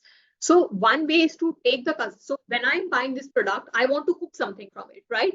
So the first point that you take the customer to with the help of this QR code is that, okay, these are the recipes. These are the things that you can cook with the help of this particular product. And it is being used for many other products. So as I explained, you can scan this code also to see that how, the different products of this particular company are being shown with the help of this QR code. Now, this is an oats drink. Now, a person who's buying the oats drink obviously is somebody who's health conscious, right? So the benefits of oats, what is the entire range of oats drinks which is available to you, how to make the oats drink recipe, and what is the goodness of oats explained by the doctors, some Instagram reels link also which is there on the website. All of that can be provided just by incorporating one QR code on the packaging of the product, so that you have so much of information that you can give to your customers. Another popular product in Indian kitchen and in many other kitchens of the world is a Nutella chocolate spread. So in India, where the packaging is there, the QR code on the packaging takes me to the website which talks about the sustainability initiatives of the company, which ensures a sustainable environment, and what the company is doing in order to ensure sustainability in terms of its social responsibility or its responsibility towards the society. Now, this is something very interesting. Have you ever seen something like this? This is a QR code which is being given on a pen. So this was given by one of the universities in the student fair. Where they were talking about the higher education,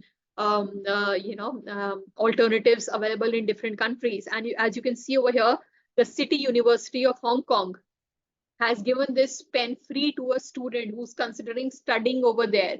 And what is there on the pen is this QR code. When you try scanning this pen, it will take you to the website which talks about how the admission of international students happen and what are the other features of the university. But this is something which is really unique.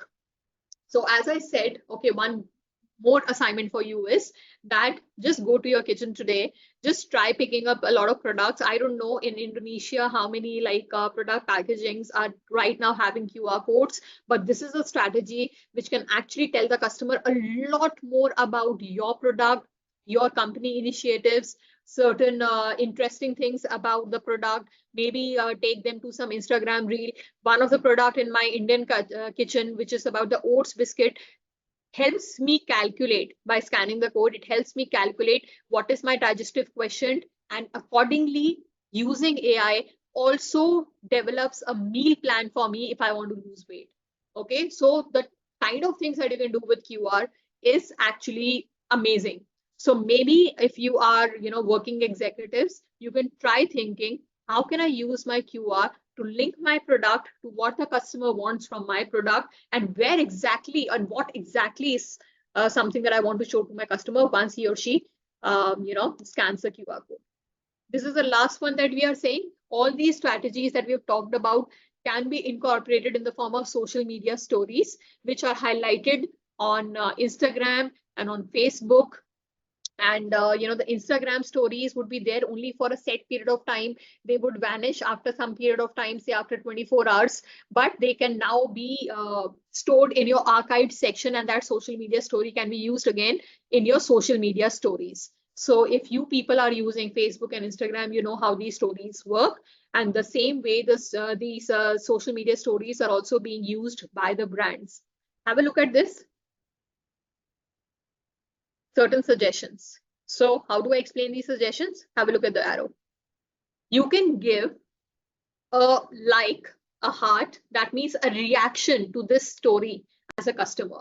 So you will know exactly that if your story is being liked by your followers, the people who like your brand and follow it.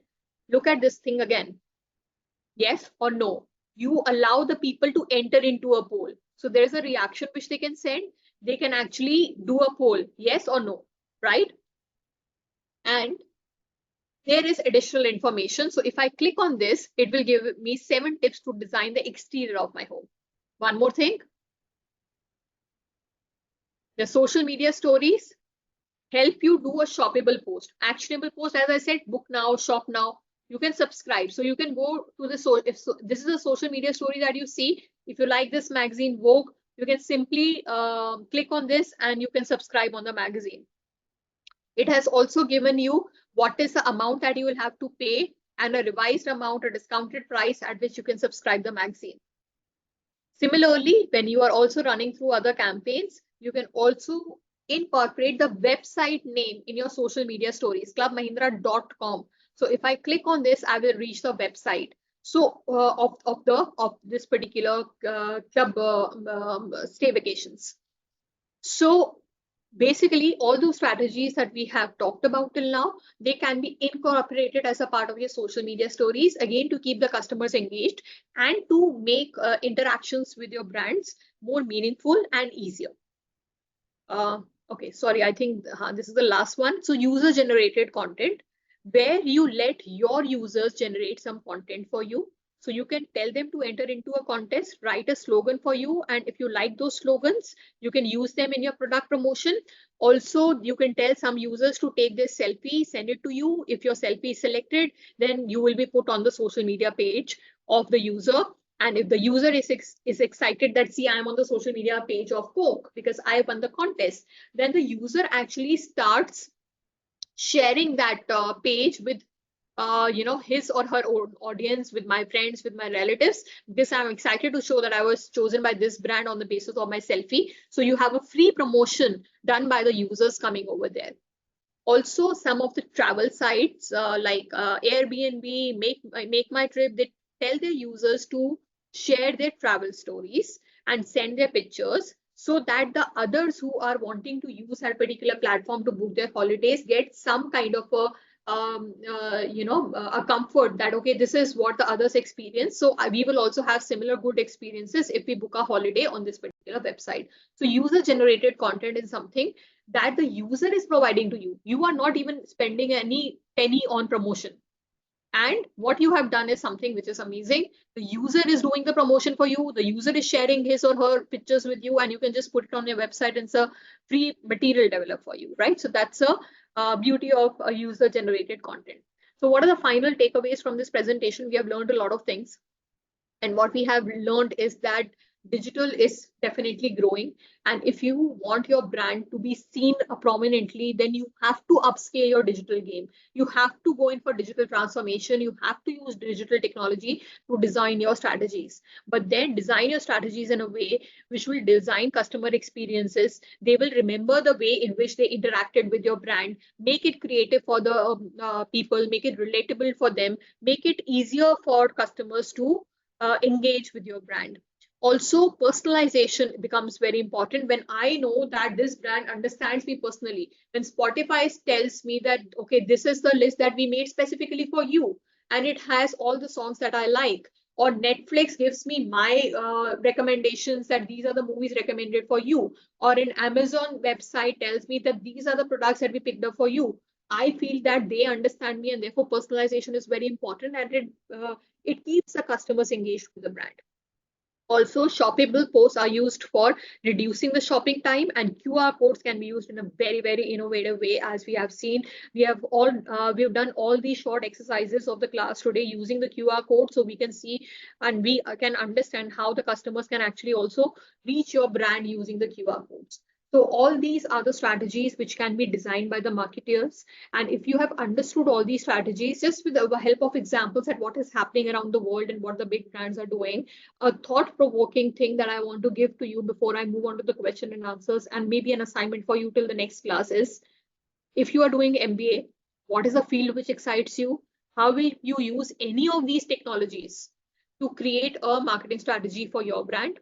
Those who are already working executives, in whichever industry they are working, how can they use any of these strategies to design something which is really, something which people, which is either unique or has been done by people in other countries but has not happened in your country as yet, something which will give your brand an advantage. So this is something that probably I want you people to think before we meet next week. So that's all from my side. I hope there's some clarity on things, and I also know that there are a lot of questions. So now the time to take up the questions. Thank you. All right. Thank you, Professor Gupta. I think this is very exciting lecture because I note more than 45 students asking with the participant of 220 participants before. So from those many questions, I strongly believe the time is not enough. So I try to summarize the most question that we asked. Yeah, the first is how to measure and what kind of method, how to measure the effectiveness and what kind of method using the digital marketing. Yeah. So in terms of measuring the effectiveness, there are certain parameters. So one is from the cost point of view. The others can be from the point of view of how many people actually visited your website and all. So if you remember, I had mentioned in the beginning that in the benefits of digital marketing, that this is something which is measurable. So let me say that I'm running a sponsored ad on Facebook. Now, when I'm running this ad or even any other ad on any other platform, I am able to see, because of the technology now, because I'm running the ad, these are the figures that I can see and the platform can see and nobody else can see. So I will know how many people clicked on the ad and reached my website. I will know how many people, 12,000 people came after clicking on your website. How many people actually converted, that means actually ended up buying things from there, is also something that is shown to me. I don't have to do calculation. The figures are available in front of me. But when I want to do a cost benefit analysis, that is something that my internal team will do to find out whether this actually the strategy is effective or not.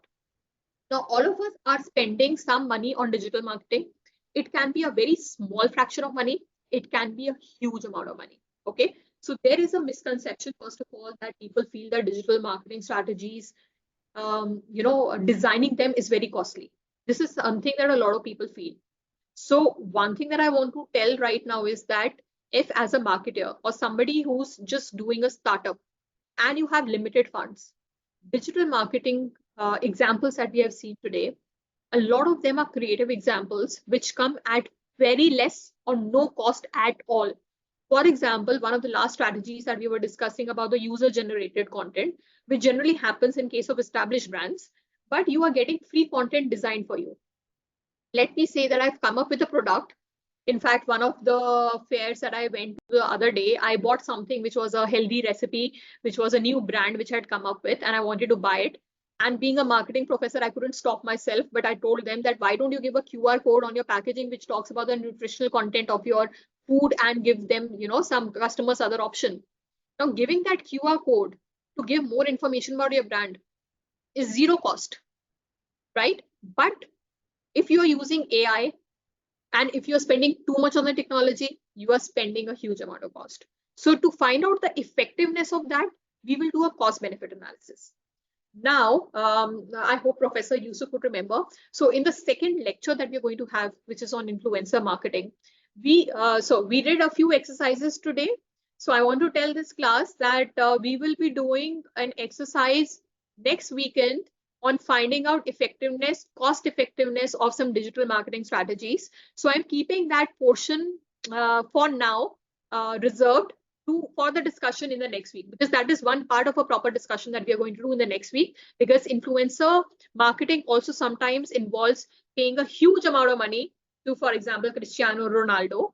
So how do we find out the effectiveness of that particular strategy? So we will understand how to calculate that effectiveness in our next class. I hope that is fine if we just keep it reserved for the next class, because it will go on with the discussion over there. Thank you. All right, thank you. So you directly answered the number 3 question about the finance that always be asked every time you're giving the lecture. So thank you for that. And then the second most question to be asked also, how the digital marketing can be implemented for small, medium enterprises that lack of technology. Okay. So as I say that, technology is a very important part, and a lot of players need to understand that technology is not something that you always need to develop yourself. So maybe there's a borrowed technology, or maybe there is a platform with which you can combine. For example, I might not have the money to invest in the AR technology, but if I start selling my products on Amazon, right, then there are certain AR features of Amazon that I can use to showcase my products in the AR format. Or if there is a food delivery app which allows my food to be seen in the AR format by my customers, I can actually make use of that platform where I'm using AR. So in the initial stages, yes, for any business, the AR, the VR part, and the AI would involve some investment of money. The artificial intelligence would involve the most amount of money, and that is what big players like Google have been spending on for the last 3 years, and that is how we have a lot of options of generative AI which have also come suddenly, like Chat GPT and all, on which a lot of investment has gone, and therefore it is also able to do a lot of things. But businesses don't need to invest in such technologies at such a huge level unless and until you are somebody like Microsoft or Google. So the investment in AI would be there. It would be heavy. It might not be possible in the initial days, but a borrowed technology of AR or AI can be made use of. Or if you want to just save on some money, you can still invest in AI, but it won't be as advanced a technology which can work out things very fast for you. It might be a little slow technology, or it might not be able to do certain tasks for you.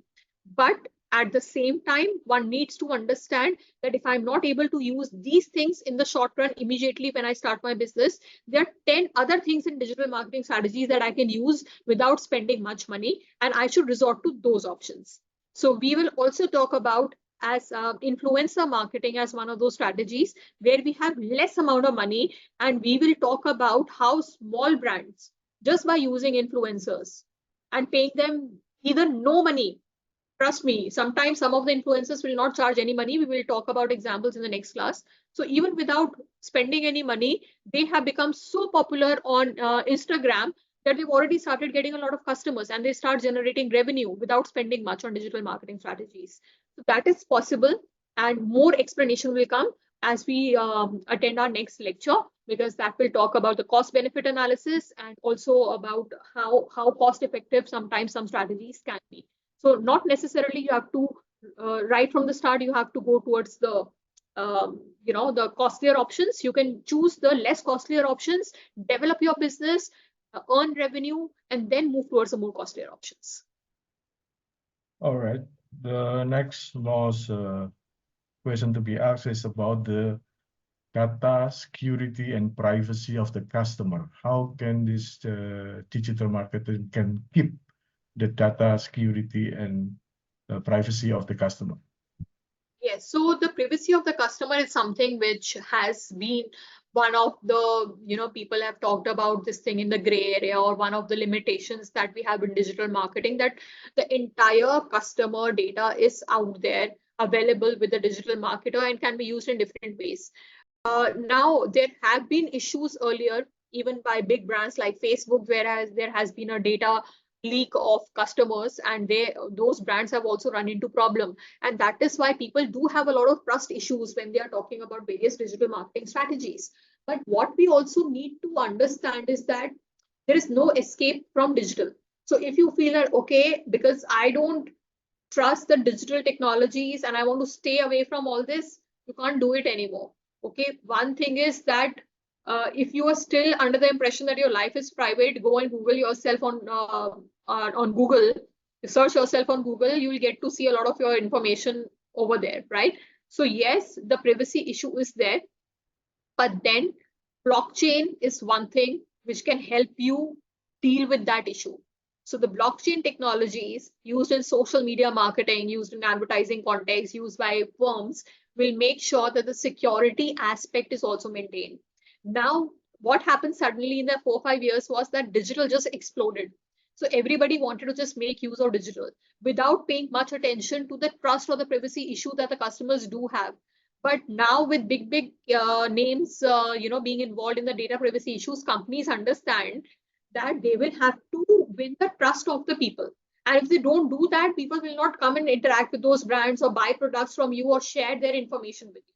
And therefore now a next big thing which people will start debating on is how blockchain and other such technologies can come into the picture to introduce that safeguarding feature or the data privacy or the trust factor that we need to ensure. So that is something that has already started gaining attention, and big brands have started investing a lot of money in that because they do understand that the customers will not tolerate any kind of a data breach. So that is already happening. Though it is still one of the points where a lot of critics are writing about it. But trust me, that will take some time and things will become better. Technology, like other things, has both positive and negative. But marketers and other developers are working to reduce the negative part of it, and it will happen soon. They've already started, and it has already come down. Yeah. All right. I think for student who asked about the financial, as Professor Gupta mentioned, it will be explained next week. Yeah. So to manage the time, I think Pak Sueb is still there. Pak Sueb Akram. Pak Sueb, are you there? Okay. Can you ask your question direct to Prof. Gupta so that it can be variative, not only from me, summarize your questions. Please ask. Thank you, Prof. I want to ask to Prof. Gupta. I'm very interested with marketing 4.0. And how about marketing 10.0 in the future? Because marketing 4.0 already enjoyable and make us lazy. And how about in the future marketing 10.0, Prof. Gupta? Thank you for the lesson today. Yes, so that's a very interesting question. We're still at marketing 5.0. By the time we reach marketing 10.0, I don't know what all things will start happening.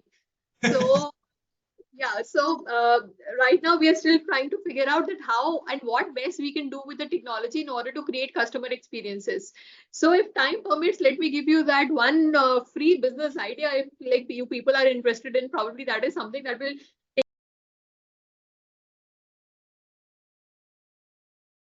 and all. So I hope you saw the Netflix interactive series that I shown to you. Yeah. So this is something that Netflix has been doing now for quite some time. But at the same time, there is a business idea, which like I was, we were having a look at something on Netflix, and we just came up with this thing that, okay, AI is there and interaction is happening. And we also have, a lot of people who are using the OTT platforms these days. So something which has not happened till now is that, and we were talking in the context of Indian movies. And what I understand from the past few interactions that I've had with your institute is that in Indonesia also, I hope people do like Bollywood movies, if I'm not mistaken. And they do watch some part of it. So we were discussing, because Hollywood and Bollywood both are like big.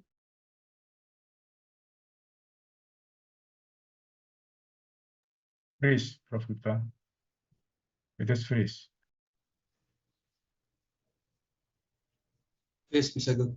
So everybody wants to see again and again. And if you want to pick up that thing and make an interactive movie from there, okay? So some new movies that you're making, they're already being made in the interactive mode.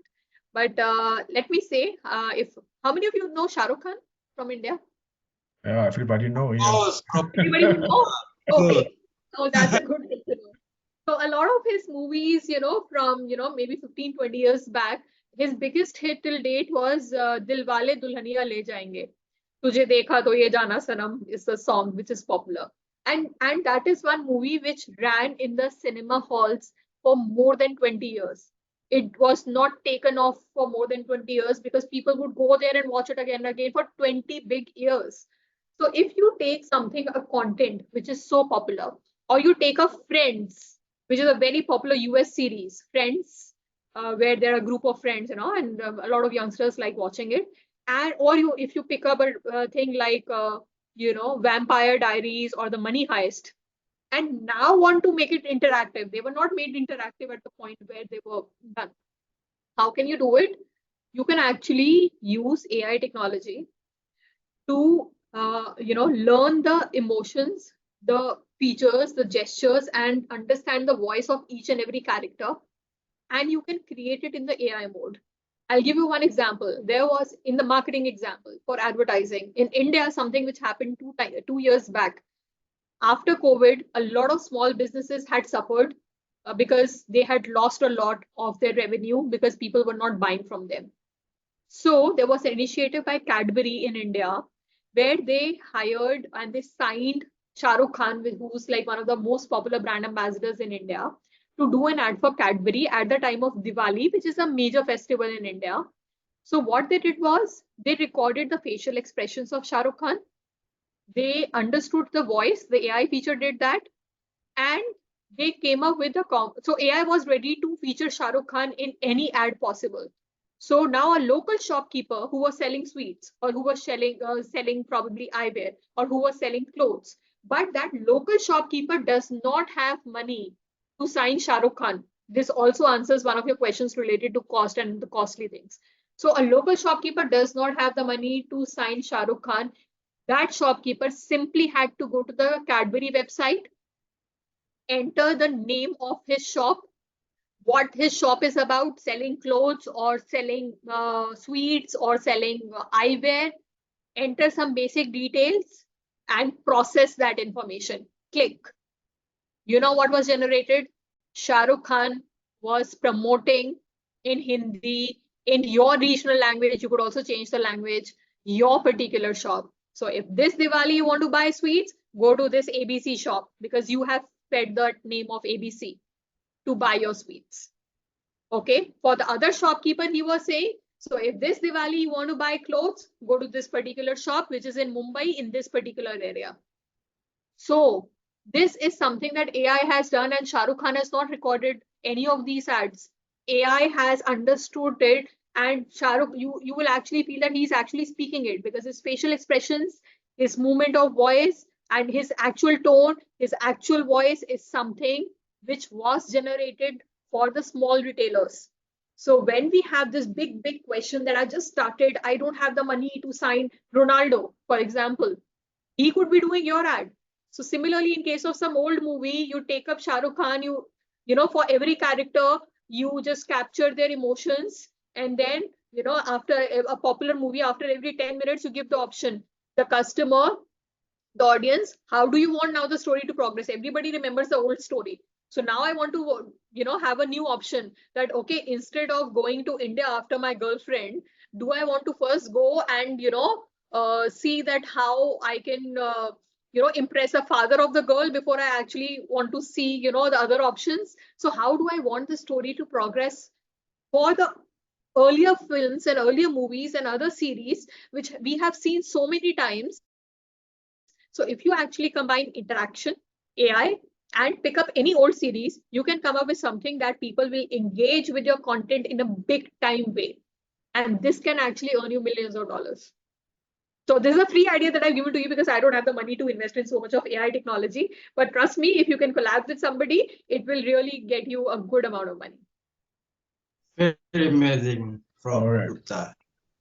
All right. Incredible. Interesting and Thank very, you, Prof. Gupta. very excited. Everybody look very excited. Still many questions. Once again, for the student who will ask about the course as well will be discussed next week. Yeah, financial and cost will be discussed next week. So I think through the limitation of time, I think we have to finish the lecture today. Once again, thank you, Professor Gupta, for giving a very big insight with the student. I also thank you for all students who very active in following this lecture. So remember, your assignment is making resume. That's why I will not make resume, because that is your job to make a resume and submit in my classroom. And then this is the first session. Next week will be the second session. So please prepare with a more excited lecturer with Professor Gupta for next week. Once again, thank you. I want to ask the students next week how many products that they explored in the kitchen trying to find out the QR codes, or how many of the QR codes they could see in the newspaper ad, and certain other things that they noticed after this particular lecture. That will make me really happy. Also, one of the messages that I am reading is that Dr. Rene could not be present today. I was actually looking forward to meeting her also, because in all of the sessions, I've met her. So thank you so much for having me. And thank you for your patient listening to all of you. And definitely we'll learn a lot more in our next lecture. Professor Yusuf, thank you so much for coordinating the session and for being so kind as always. Thank you so much to all of you, to all the students. Thank you. Okay. Have a good day, all of you. Interactive lecture will be done next week. All right. Thank you, everybody. Thank you once again, Prof. Gupta, and see you next week. And let's give applause to Prof. Gupta with the clap applause then. Thank you, everybody. So, Thank you so much. all right. So, Thank you, Prof. Gupta. Thank you, Prof. Gupta. Very much. Thank you, Prof. Sulaiman. everybody, Thank you. Thank you, See you Prof. again. Yusuf. Thank you, all Prof. right. Thank you, Prof. Yusuf. Okay. Thank you, Prof. Thank you, Prof. Yusak. Thank Ya, you. terima kasih, Mbak Sampai Vivin. jumpa. Silakan di-close. Thank you. I leave the Zoom now. Thank you. Yeah, I will close this Zoom. Thank you for everybody, Prof. Gupta and Prof. Yusak. All right.